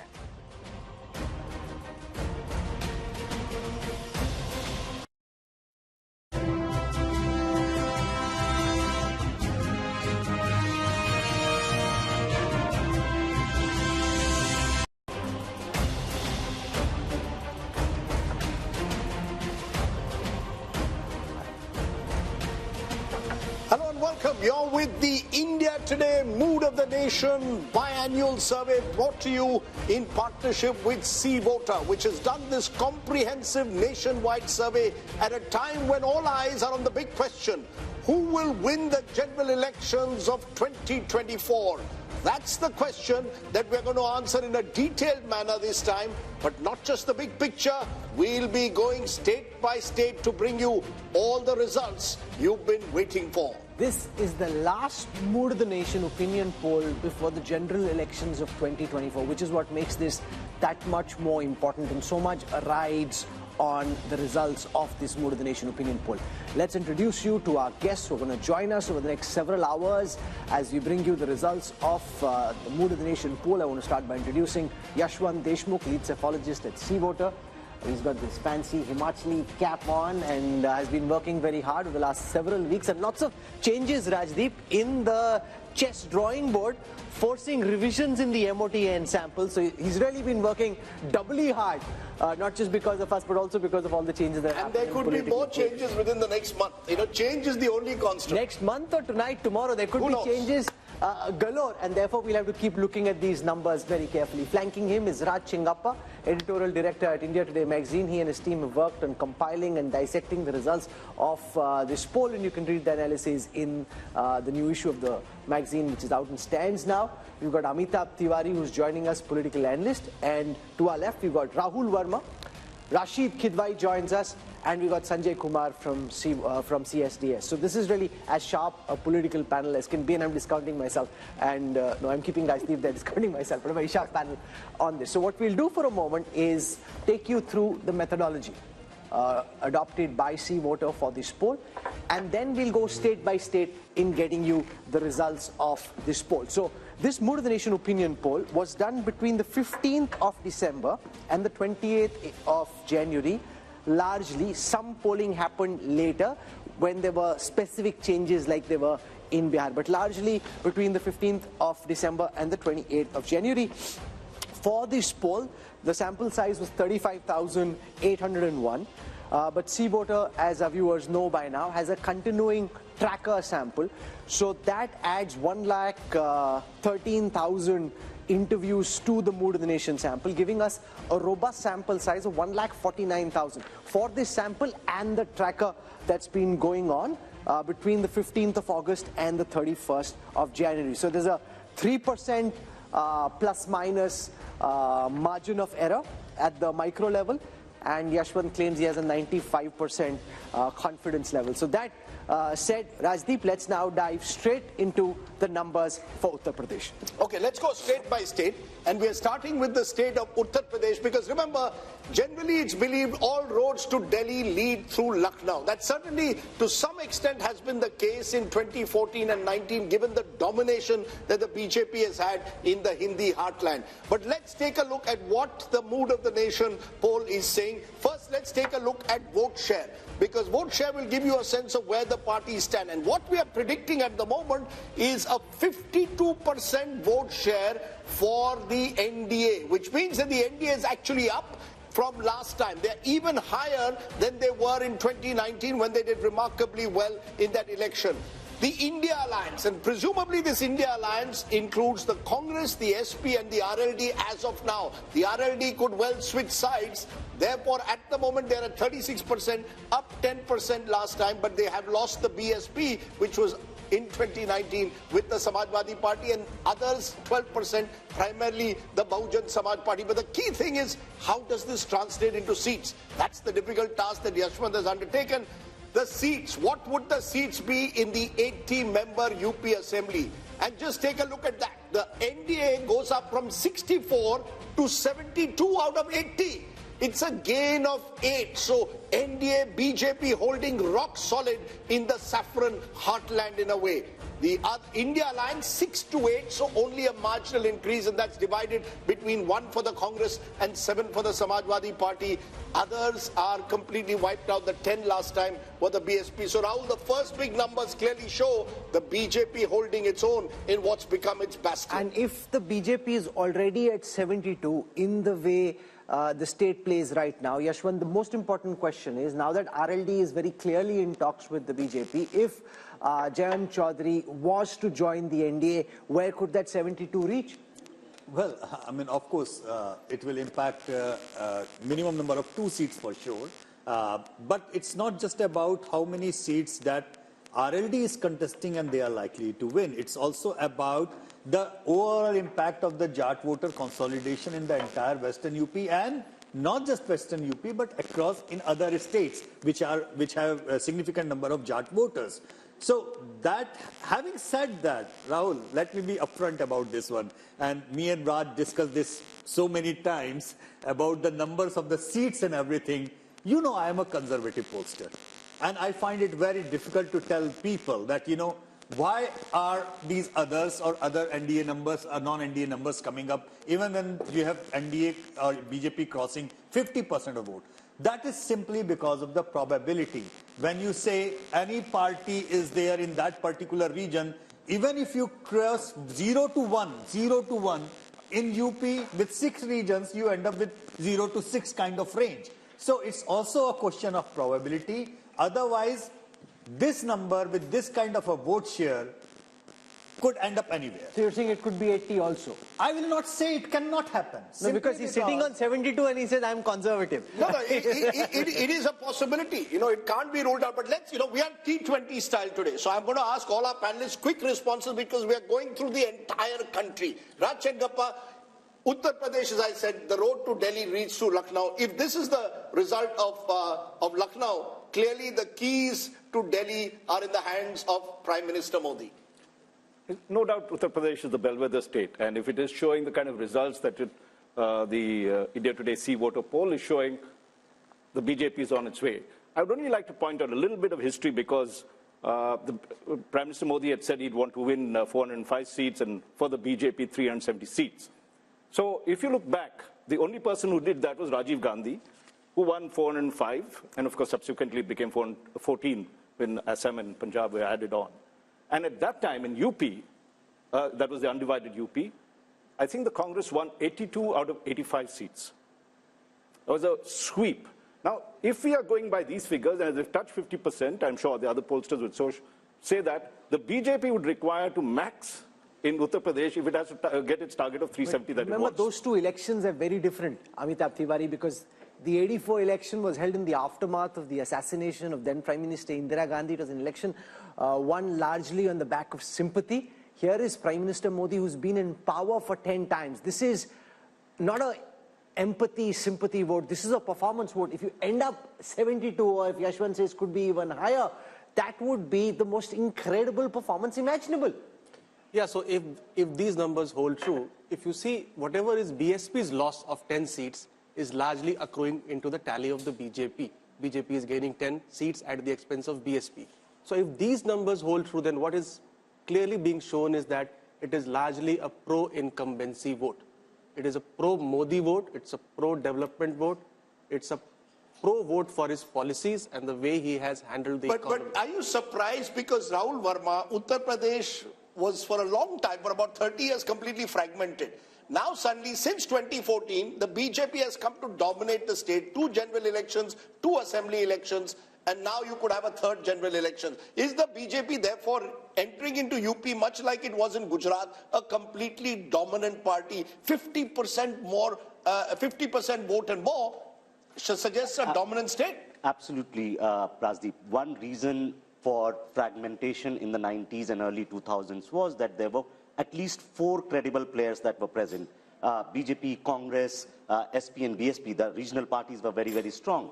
Over a period of time, Congress declined and also BSP declined. So why Yashwant is saying that the numbers are conservative? Because this time BSP is moving out and they are still holding on to 10% or some vote share there, which means that actually the numbers could be much more than 75, even touching 70. No, but here's the thing. It reflects the continuing trend of elections becoming bipolar. Remember, the BSP, according to Yashwant's analysis, is projected to come down from 19% vote share last time to 8% this time. That's 11% down. And this is a party which in 2007 had won 200 plus seats. So that just shows how the BSP has ceded ground to now become a rump. 8% Sanjay Kumar for the once mighty BSP just shows that for time to come, elections in UP will be BJP on the one side and Samajwadi Party on the other, with a much weaker Samajwadi Party against a much stronger BJP. Rahul, we need to understand why elections are becoming bipolar not only in UP but in Bihar and many other states. Because I get a sense that the entire election now is being contested in the name of Prime Minister Narendra Modi. I don't see this election as a contest between Rahul Gandhi and Narendra Modi or Narendra Modi versus any other leader. It is a referendum on how do you rate the performance of Prime Minister Narendra Modi. So people are divided on 2 axes, pro-Modi, anti-Modi. And you see the election becoming bipolar on this, not on the issues, but largely on this factor. If you are on pro-Modi side, you tend to align, your party tend to align with NDA. And if you are anti-Modi, you tend to align with the UPA. Or if you're not able to align with the UPA, then you go alone. But that is what is happening in UP. But where does this lead, therefore, the India alliance, Rashid Kidwai? Because you've got a situation where you are tying up with the Congress and Samajwadi Party tying up. We still don't know how the seat distribution will take place. But when they look at these numbers, there'll be a sense of hopelessness almost, particularly if Jayant Chaudhary also leaves the alliance. Even if Mayawati, was to come on their side, which seems unlikely in a few weeks' time, either way, India Alliance is starting this race with one hand tied behind its back. Yes, Rajdeep, there is a total sense of despondency, but I still think Mayawati is the biggest insurance policy that BJP has in Uttar Pradesh. Imagine this 8-10% vote going to India Alliance would have made material difference. And second thing is how many Gandhis, 3 Gandhis, Rahul, Sonia and Priyanka, how many of them are going to be in fray? Because unless they contest, and same applies to Samajwadi Party, Akhilesh Yadav and Dimple Yadav and all those people, credible people. Now, what's your sense? Will any of the Gandhis contest now, given these numbers? I think they are looking for Rajya Sabha route. At least one of them will get into No, but Rajya I don't Sabha. agree with Rashid Kidwai. He says BSP joining the India Alliance makes a difference. Even if I add 36 and 8, that's 44.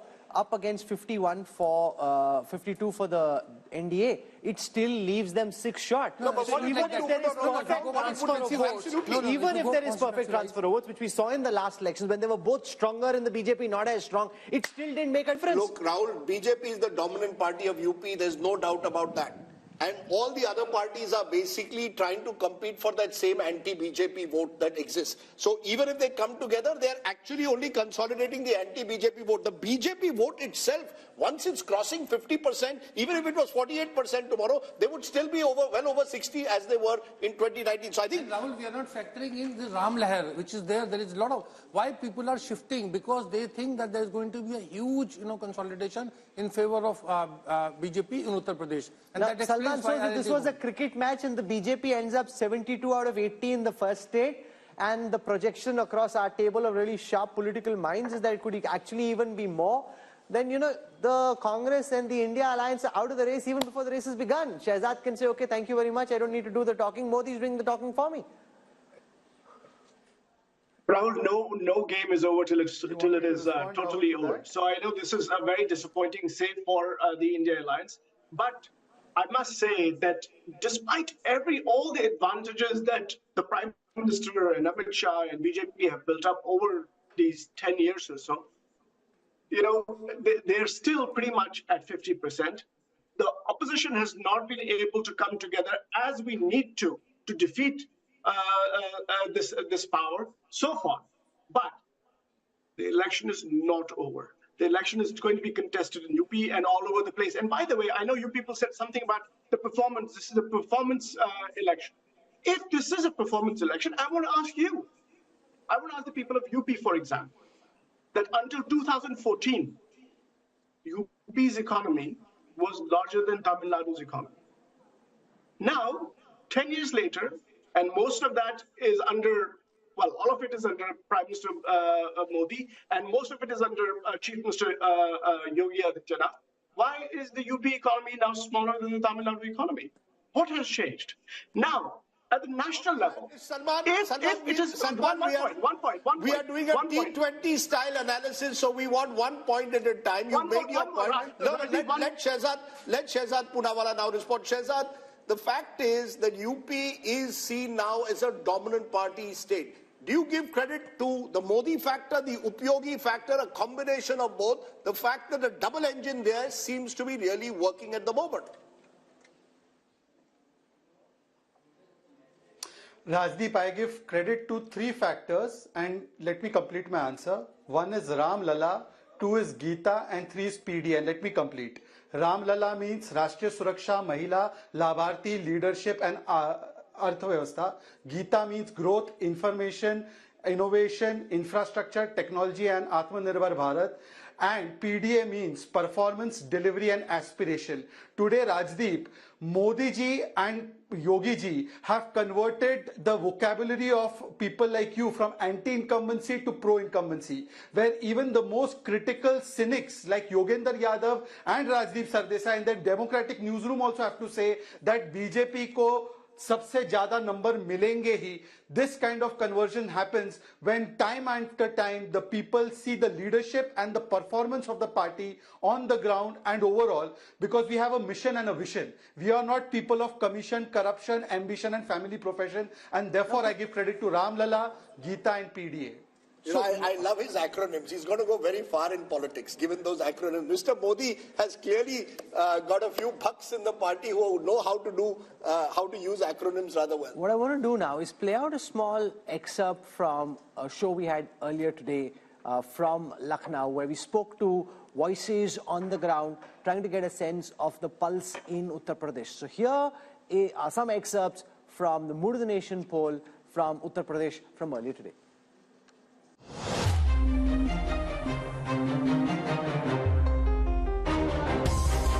Joining you from the city of Lucknow, and once again, if political cliches could hold true, nothing.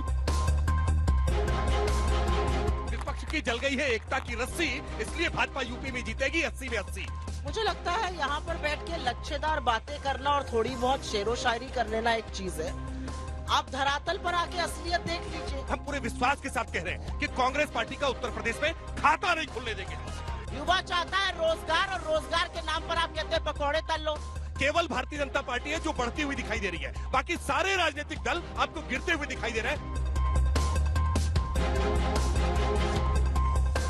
आप सबके account में 15 लाख आ गए, 2 करोड़ बेरोजगार मिल गया, नहीं मिला। क्या? और जब अलायंस करना था ना, तब राहुल जी के प्रोजेक्शन के लिए उनकी एक यात्रा प्लान कर दी गई और जहाँ चरण पड़े राहुल के चाहता बंटाधार हुआ। जैसे जैसे यात्रा प्रारंभ हुई, एक एक करके अलायंस लगातार छूटते जा रहे हैं। Shouldn't the India alliance actually look at bringing in Mayawati, because the 8% vote share could also, she might not win a single seat. As far as Behan Mayawati is concerned, I think it's really up to her what she would want to do. 370 हम कह रहे हैं क्योंकि 370 हमने हटाई है।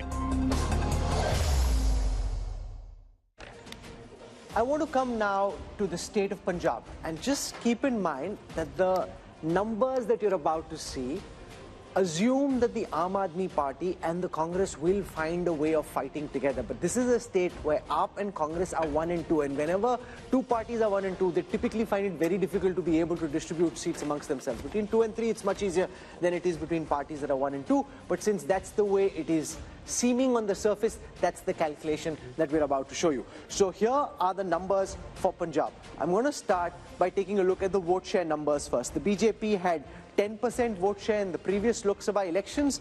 That's now projected to go up to 17. That's 7% up. The Aam Aadmi Party had 7% vote share in the last Lok Sabha elections.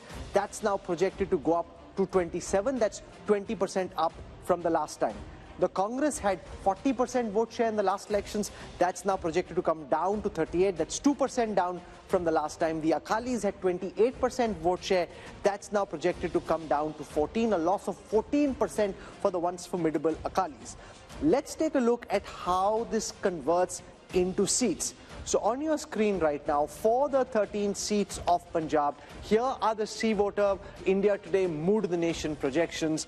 C Voters projecting that the BJP is likely to stay at 2 seats. They're likely to stay at 2. What's gone out from the NDA kitty there are the Akali seats. The AAP is expected to be at 5 seats. That's up 4 from the last time if we see the party-wise breakup of these seats. The Akalis were at 2. That's likely to come down to 1. So the BJP holds on to its 2 seats. The AAP goes up from 1 to 5. Remember, in the first election they fought in 2014, they had 4 seats. So they go up to 5 this time. The Congress at 5. They were 8 last time, so they're down 3. And the Akalis are at 1, down 2. Now what could change potentially, Yashwant, is if at the last moment the Akalis and the BJP are able to tie, because behind the scenes there's a lot happening.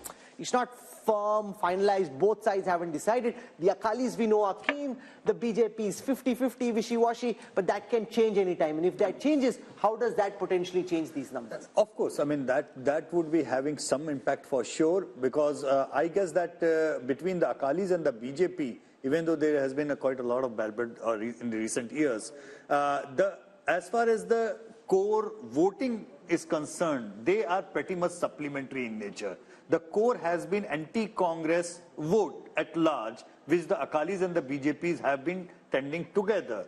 So this separation might have split it vertically, because BJP ran away with the Hindu votes and Akalis were with their Panthik votes. But if they come together, definitely that will have an impact.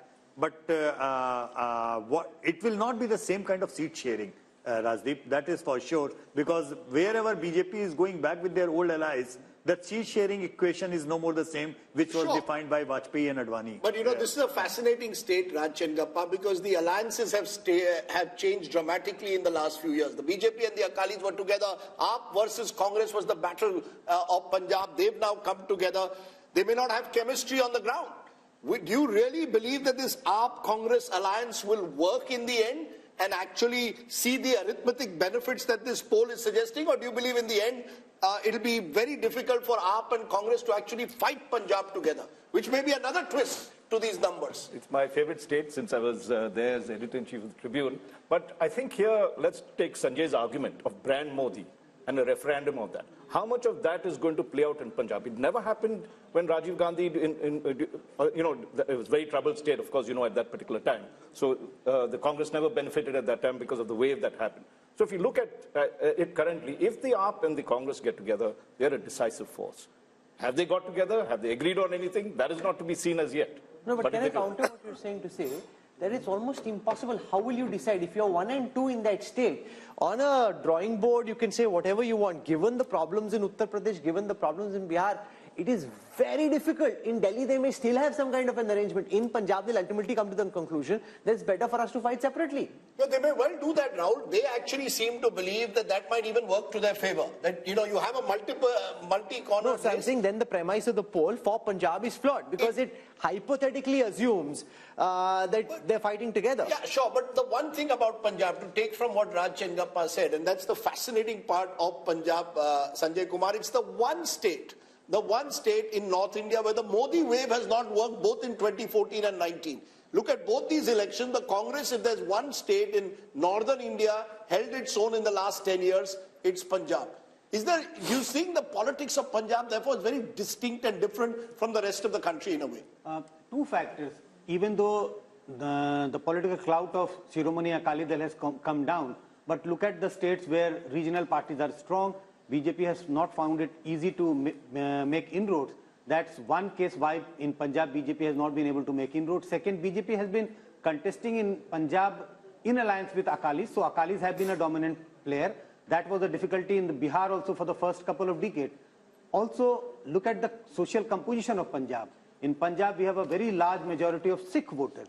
So, if you look at BJP's popularity, Narendra Modi's popularity, there is some difference if you look at among the Hindus and people belonging to different other religions. That is another factor why BJP has not been able to penetrate in Punjab the way they have been able to expand in other parts of the India. But the calculation in the BJP and Shehzad can build on this. I'll also show you the projection for Chandigarh, which is expected to go to the BJP. It's an urban pocket, and we saw the mess in the mayoral elections recently, but the poll is predicting that Chandigarh goes to the BJP. The problem is, both the Home Minister and the Prime Minister have often say that they're very emotionally invested in the Punjab story.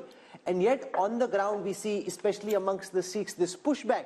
So how does this square? The fact that the Prime Minister himself feels so emotionally close to the Punjabi community, to the Sikh religion, and yet there is a lot of antipathy and a very strong pushback.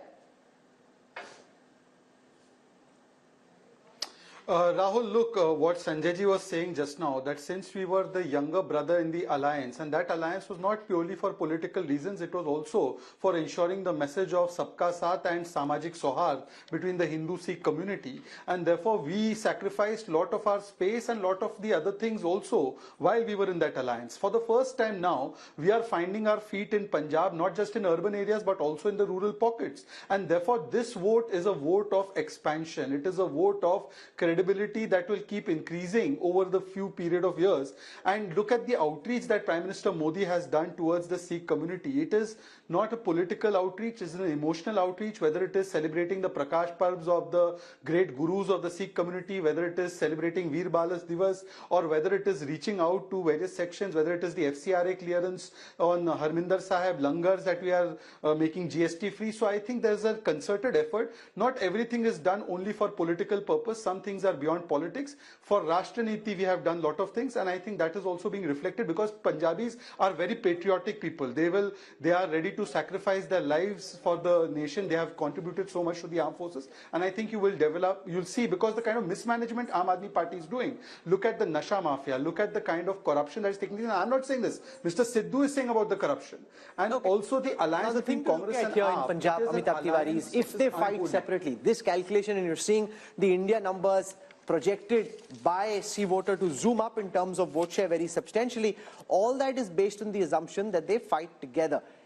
If they don't fight together, and if this is the base where Akalis are at 27% vote share, up 20 from the last time, Congress is at 38% vote share, down 2 from the last time, up at 27, up 20, Congress at 38, down 2, Akalis at 14, down 14. How could Punjab read in the absence of this alliance? See, Punjab is the hotbed of anti-center politics. So even if AAP and Congress do not form an alliance, and unless the Akali Dal forms an alliance with the BJP, these numbers could still hold. So unless the Akali Dal ties up with the BJP, I don't see a substantial difference in the numbers, because the politics itself there is anti-center. Hindu being the majority in the rest of the country, but being a minority there complicates the political dynamics there. And you know, it's interesting to look at this, because if we turn to the next state, because I think these two states reflect just how India's map is so complex. Just turn to Delhi, not too far away from Punjab, where again the Congress and the AAP are trying to tie up. Just look at how the numbers stack up in Delhi. 7 seats on offer, but the national capital is often a barometer of what tends to happen across North India. Take a look at vote share. As per this, in Delhi, even with the Congress-AAP alliance, you have 57% vote share going to the BJP. And 40% to the India alliance of the Congress and AAP together, others 3.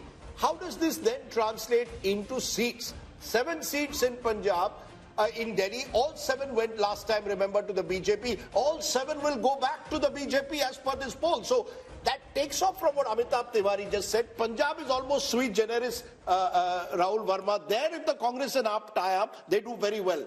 They tie up in Delhi, where the AAP is in power again, and yet it's a clean sweep for the BJP. Does this reflect urban mindsets and Delhi mindsets versus the anti-center mindset, as Amitabh put it about Punjab? Yes, a little bit, Rajdeep. That Punjab, the demographic composition is different. It has always had an uneasy relationship with the center, even when Congress party was in power in 1970s and 80s. But you have to also understand that this alliance in both Delhi and Punjab is not easy. Because in Punjab, Aam Aadmi Party feels that they can gain these seats even without the Congress. So you've seen Chief Minister of Punjab making statements that we don't need to have an alliance. And in Delhi, even if they come together, they will not be able to make any dent. No, but why not? Why, the reason is that Congress explain why the Aam Aadmi Party in 2 consecutive elections has swept Delhi, but the BJP has swept Delhi in Lok Sabha. So BJP continues to hold 40% vote share in Delhi, no matter which election is happening. Congress gets 25% when Lok Sabha happens, but when Vidhan Sabha happens or MCD happens, Congress comes down below 10%. So that entire Congress vote, which is in Lok Sabha with them, actually shifts with the BJP. So AAP continues to be around 45 to 50% in assembly elections. But in Vidhan Sabha, BJP gains. No, but my view is it's the Modi factor.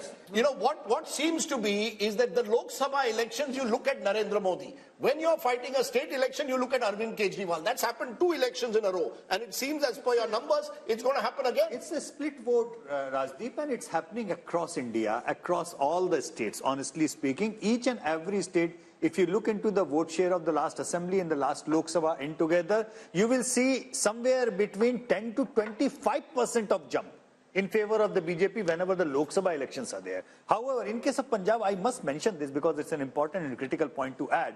In the last 10 years, in our daily tracker, there are only 3 states where Rahul Gandhi as an individual leader has scored over in popularity over Narendra Modi. 3 states all across India. One is Punjab, one is Tamil Nadu, and one is Kerala. And they have been like that. But one critical thing is, 10 years back, the gap between Rahul Gandhi and Narendra Modi was so huge in all these 3 states that it was a one-way traffic of sort. But over the 10 years, this gap is reducing and reducing and reducing, and it used to be in double digits. Right now, it is in single digits. But the split vote, I think, Rahul, is going to become more and more important. Voters seeing Lok Sabha very different to Vidhan Sabha. And Salman shows that's your big problem in a way. In Delhi itself, in the heart of the national capital, even if you tie up with AAP, it's the BJP that sweeps the election. That suggests to me that that voter is giving a huge bump to the BJP the moment it's a Lok Sabha election and Mr. Modi is on the ticket. No, I look at it a little differently. What I'm seeing is, if this data is correct, and I have no way of knowing whether this is or this is not, we'll find out during the elections. But the Congress vote share is coming up in Delhi because people see, many people remember the governance that Congress has delivered to this country. And that is why I think you see the vote share coming up when it comes to national level politics. Why that doesn't happen when your state level elections is I don't know what you're saying, Salman Bhai. From 23, it's gone up to 25. That's up 2 up. From 18 is down to 15. That's down 3. BJP was at 57. It's at 57. So you're clutching at straws, really. Rahul, I was talking about the comparison with assembly elections. Somebody said that, during assembly elections, the vote share goes down, and during parliamentary elections, it has come up. So clearly, people do remember The UP at times are very good, and why should they not? I mean, the per capita income of this country... 32%. No, 1 minute, sir. You're still 32% behind the BJP. Rashid Kidwai, this is the problem the Congress is facing. When it comes to a Lok Sabha election, Mr. Modi is on the ticket. It appears that the Congress is not preferred to the BJP. We've seen that. Direct BJP-Congress fights, the Congress loses out. Now, even in an alliance with AAP, they may lose out in Delhi.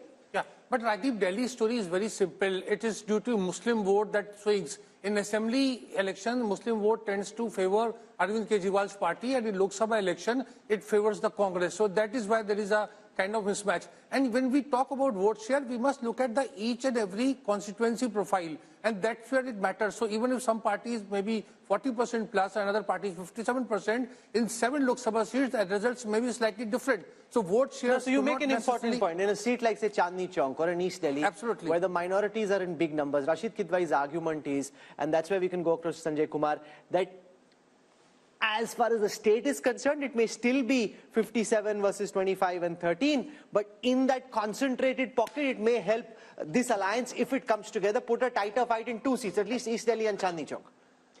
This is a possibility, Rahul. I don't rule out this possibility. But if we are looking at on one side 57 and on the other side it is, say, in the 40s, 42, 45, 46, this is huge gap, makes it impossible that there are chances of close contest or a reversal in a couple of constituencies. The real story is the BJP, which gets about 38 to 40% in Vidhan Sabha, goes up to 57 in Lok Sabha. तो Vidhan Sabha की बात ही नहीं कर रहे. No, that's the story. No, but that's the story. Modi, that's the story for Vidhan Sabha election, not for a Lok Sabha election. Sir, the point is the Modi factor, Rahul, is giving the BJP an 18 to 20% jump. That's the story. From 37-38%, where it loses to the Aam Aadmi Party, which gets over 50%. So the Aam Aadmi Party is clearly seen as a Delhi regional party, and the BJP in a Lok Sabha election takes it. Whatever the minority vote may get consolidated, but the majority vote in Delhi is going firmly towards the BJP for the Lok Sabha. 6 months later, have a Vidhan Sabha election, and the situation at least twice before has been very different. True. This time around, we don't know. So I think that's Rahul, the significance. wanted to make a quick point. Yes. 2 things. One, the minority factor will come into play only assembly elections, where the assembly constituencies are smaller, and then you have enough number which can swing vote.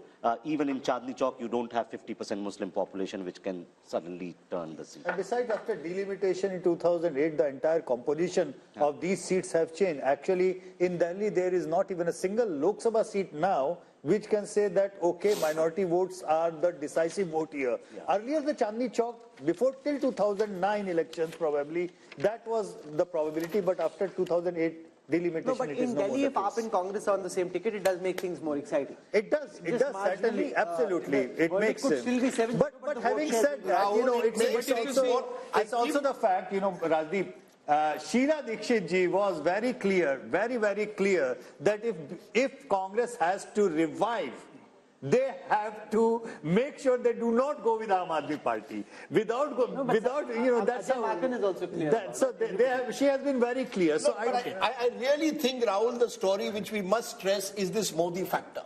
Because this kind of split verdict. But you're sounding surprised about it. No, because it's nowhere else in the world. You see, go across the world. A Republican state will vote for the Republicans, both for the Senate usually and for the presidential election. In India, you're seeing it now in 2 consecutive elections. For Delhi, we want Arvind Kejriwal, but upar hamare liye Narendra Modi. And you're going to see it across the country. Because America doesn't have a Modi, that's why. I don't think it's as simplified as that. I think the Indian voter has very consciously decided who I want for Chief Minister and who I want for Prime Minister. And I think it is fascinating because I don't think, as I said, I don't know any other country in the world where it happens. No, we make too much out of this, and this is my personal opinion.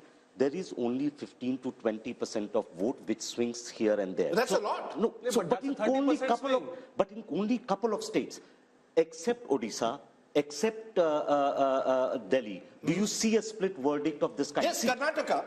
You see Karnataka, in election after election, you vote for one party in the Vidhan Sabha, you vote for another party in Lok Sabha. I'm willing to have a small wager that there'll be another half a dozen states where this will happen. Can you bet, like now, after Congress winning Karnataka in 2023, Congress is going to do same way as it done in 2019. But I met a Maharashtra leader yesterday.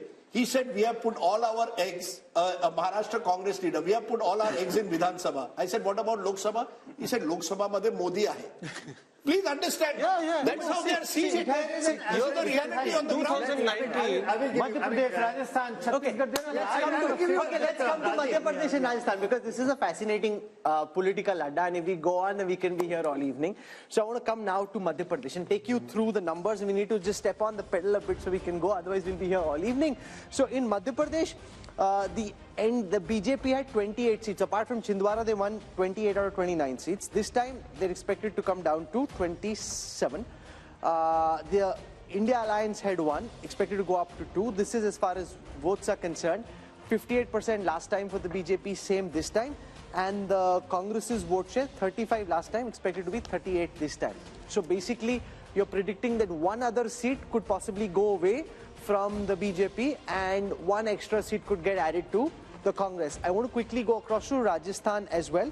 From Madhya Pradesh, we'll take vote share first. The NDA had 61% vote share, the BJP had 61% vote share, this time 59. The Congress had 34, this time 35. Let's quickly see how that converts into seats. No surprises here. If that's how big your lead is, 59 plays 35 in a bipolar election, it's a clean sweep. So they're holding on, Yashwant Deshmukh, 2 areas where they shouldn't lose. You know, all these complicated, really detailed, finesse, nuance graphics that we have on the election intelligence dashboard, they're not going to be of any use. If this is how one-way the traffic is, then what's the point of all the finessing? Well, you know, I was just trying to give what Rajdeep was saying. I will just give a term to it. I call it Modi dividend. There is a clear cut, on an average, 15 points Modi dividend as far as the Lok Sabha election is concerned. And the split vote, ironically, you know, I coined that term in 2004 while explaining why Vajpayee's popularity did not translate into votes for the NDA in 2004, because there was a lack of a split vote. And since then, we have seen slowly and steady, the number has been increasing. While Rahul is correct that, you know, in many of the states, it is not very clear-cut in that way, because in many states where BJP has been absent, their split vote also to take them across a threshold of 30% wouldn't come. Like, say, for example, Kerala.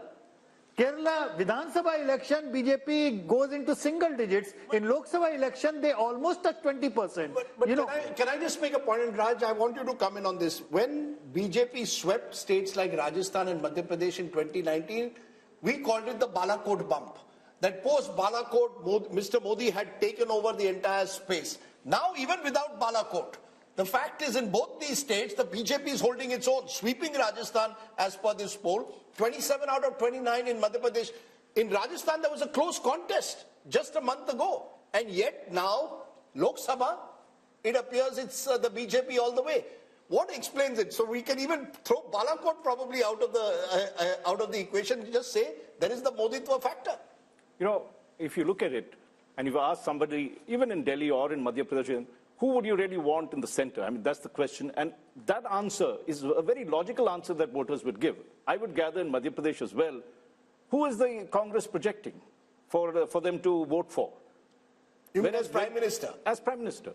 Whereas you have Modi, and he has performed well. The state has rewarded him well. And I think here, if you look at it, just to make a larger point, there has to be a saffron wash, what I call a saffron wash, in about 6-7 states for the BJP to get to its 303 or 370. Madhya Pradesh is one of those states. It lost 1 seat last time. And there's a whole cluster of states where their vote percentage is 50% or more.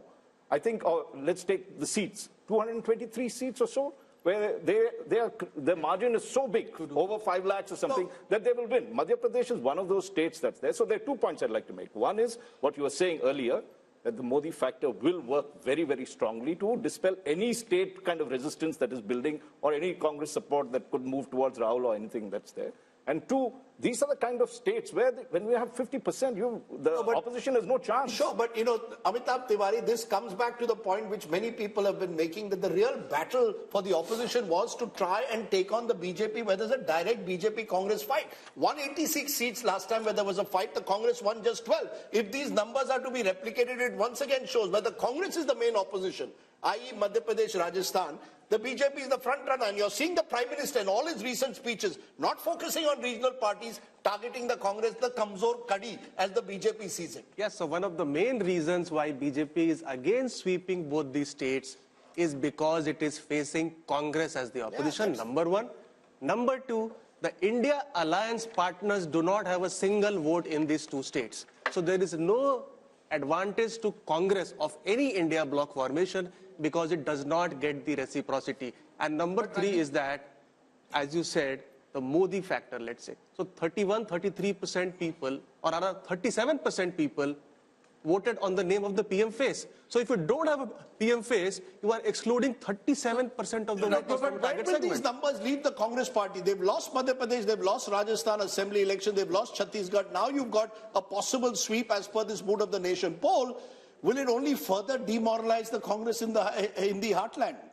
Rajdeep, actually that's the real trouble with the Congress party, because Congress is strategist, and that includes Mr. Yogendra Yadav, a new addition in team Rahul Gandhi.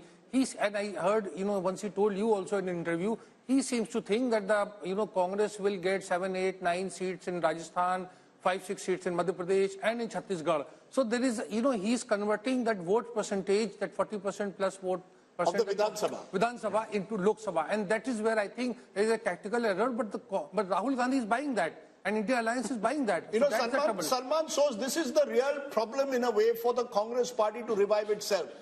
These are the states where you needed to focus upon in the last 6 months. You've lost assembly, and now you could be wiped out in Lok Sabha. Rajdeep, you are thinking that the only people who are fighting this election are basically Khargeji and Rahul Gandhi.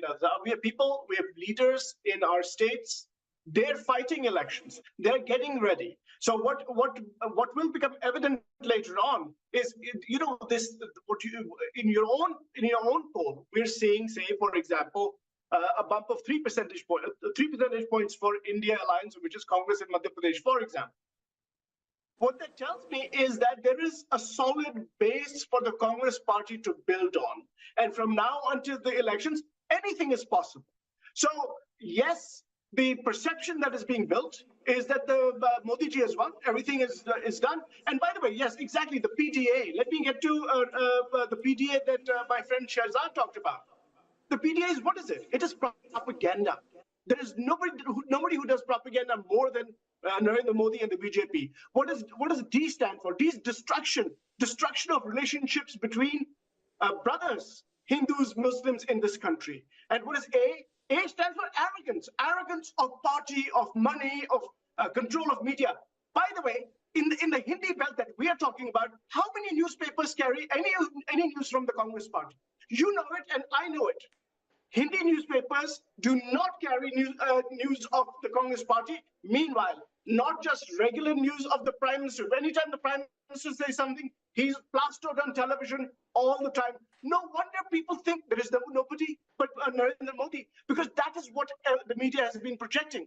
And by the way, I will slightly beg to differ. I read the Dainik Bhaskar every morning, and the Dainik Bhaskar is one of the fine papers of the country that does give a lot of news, including news critical of the state governments in those states. So I don't think that's the reason. So I have a few minutes left. Okay, it's the biggest newspaper across these states, but go ahead. We have a few minutes left, and I want to finish with the other states in North India. So I want to come to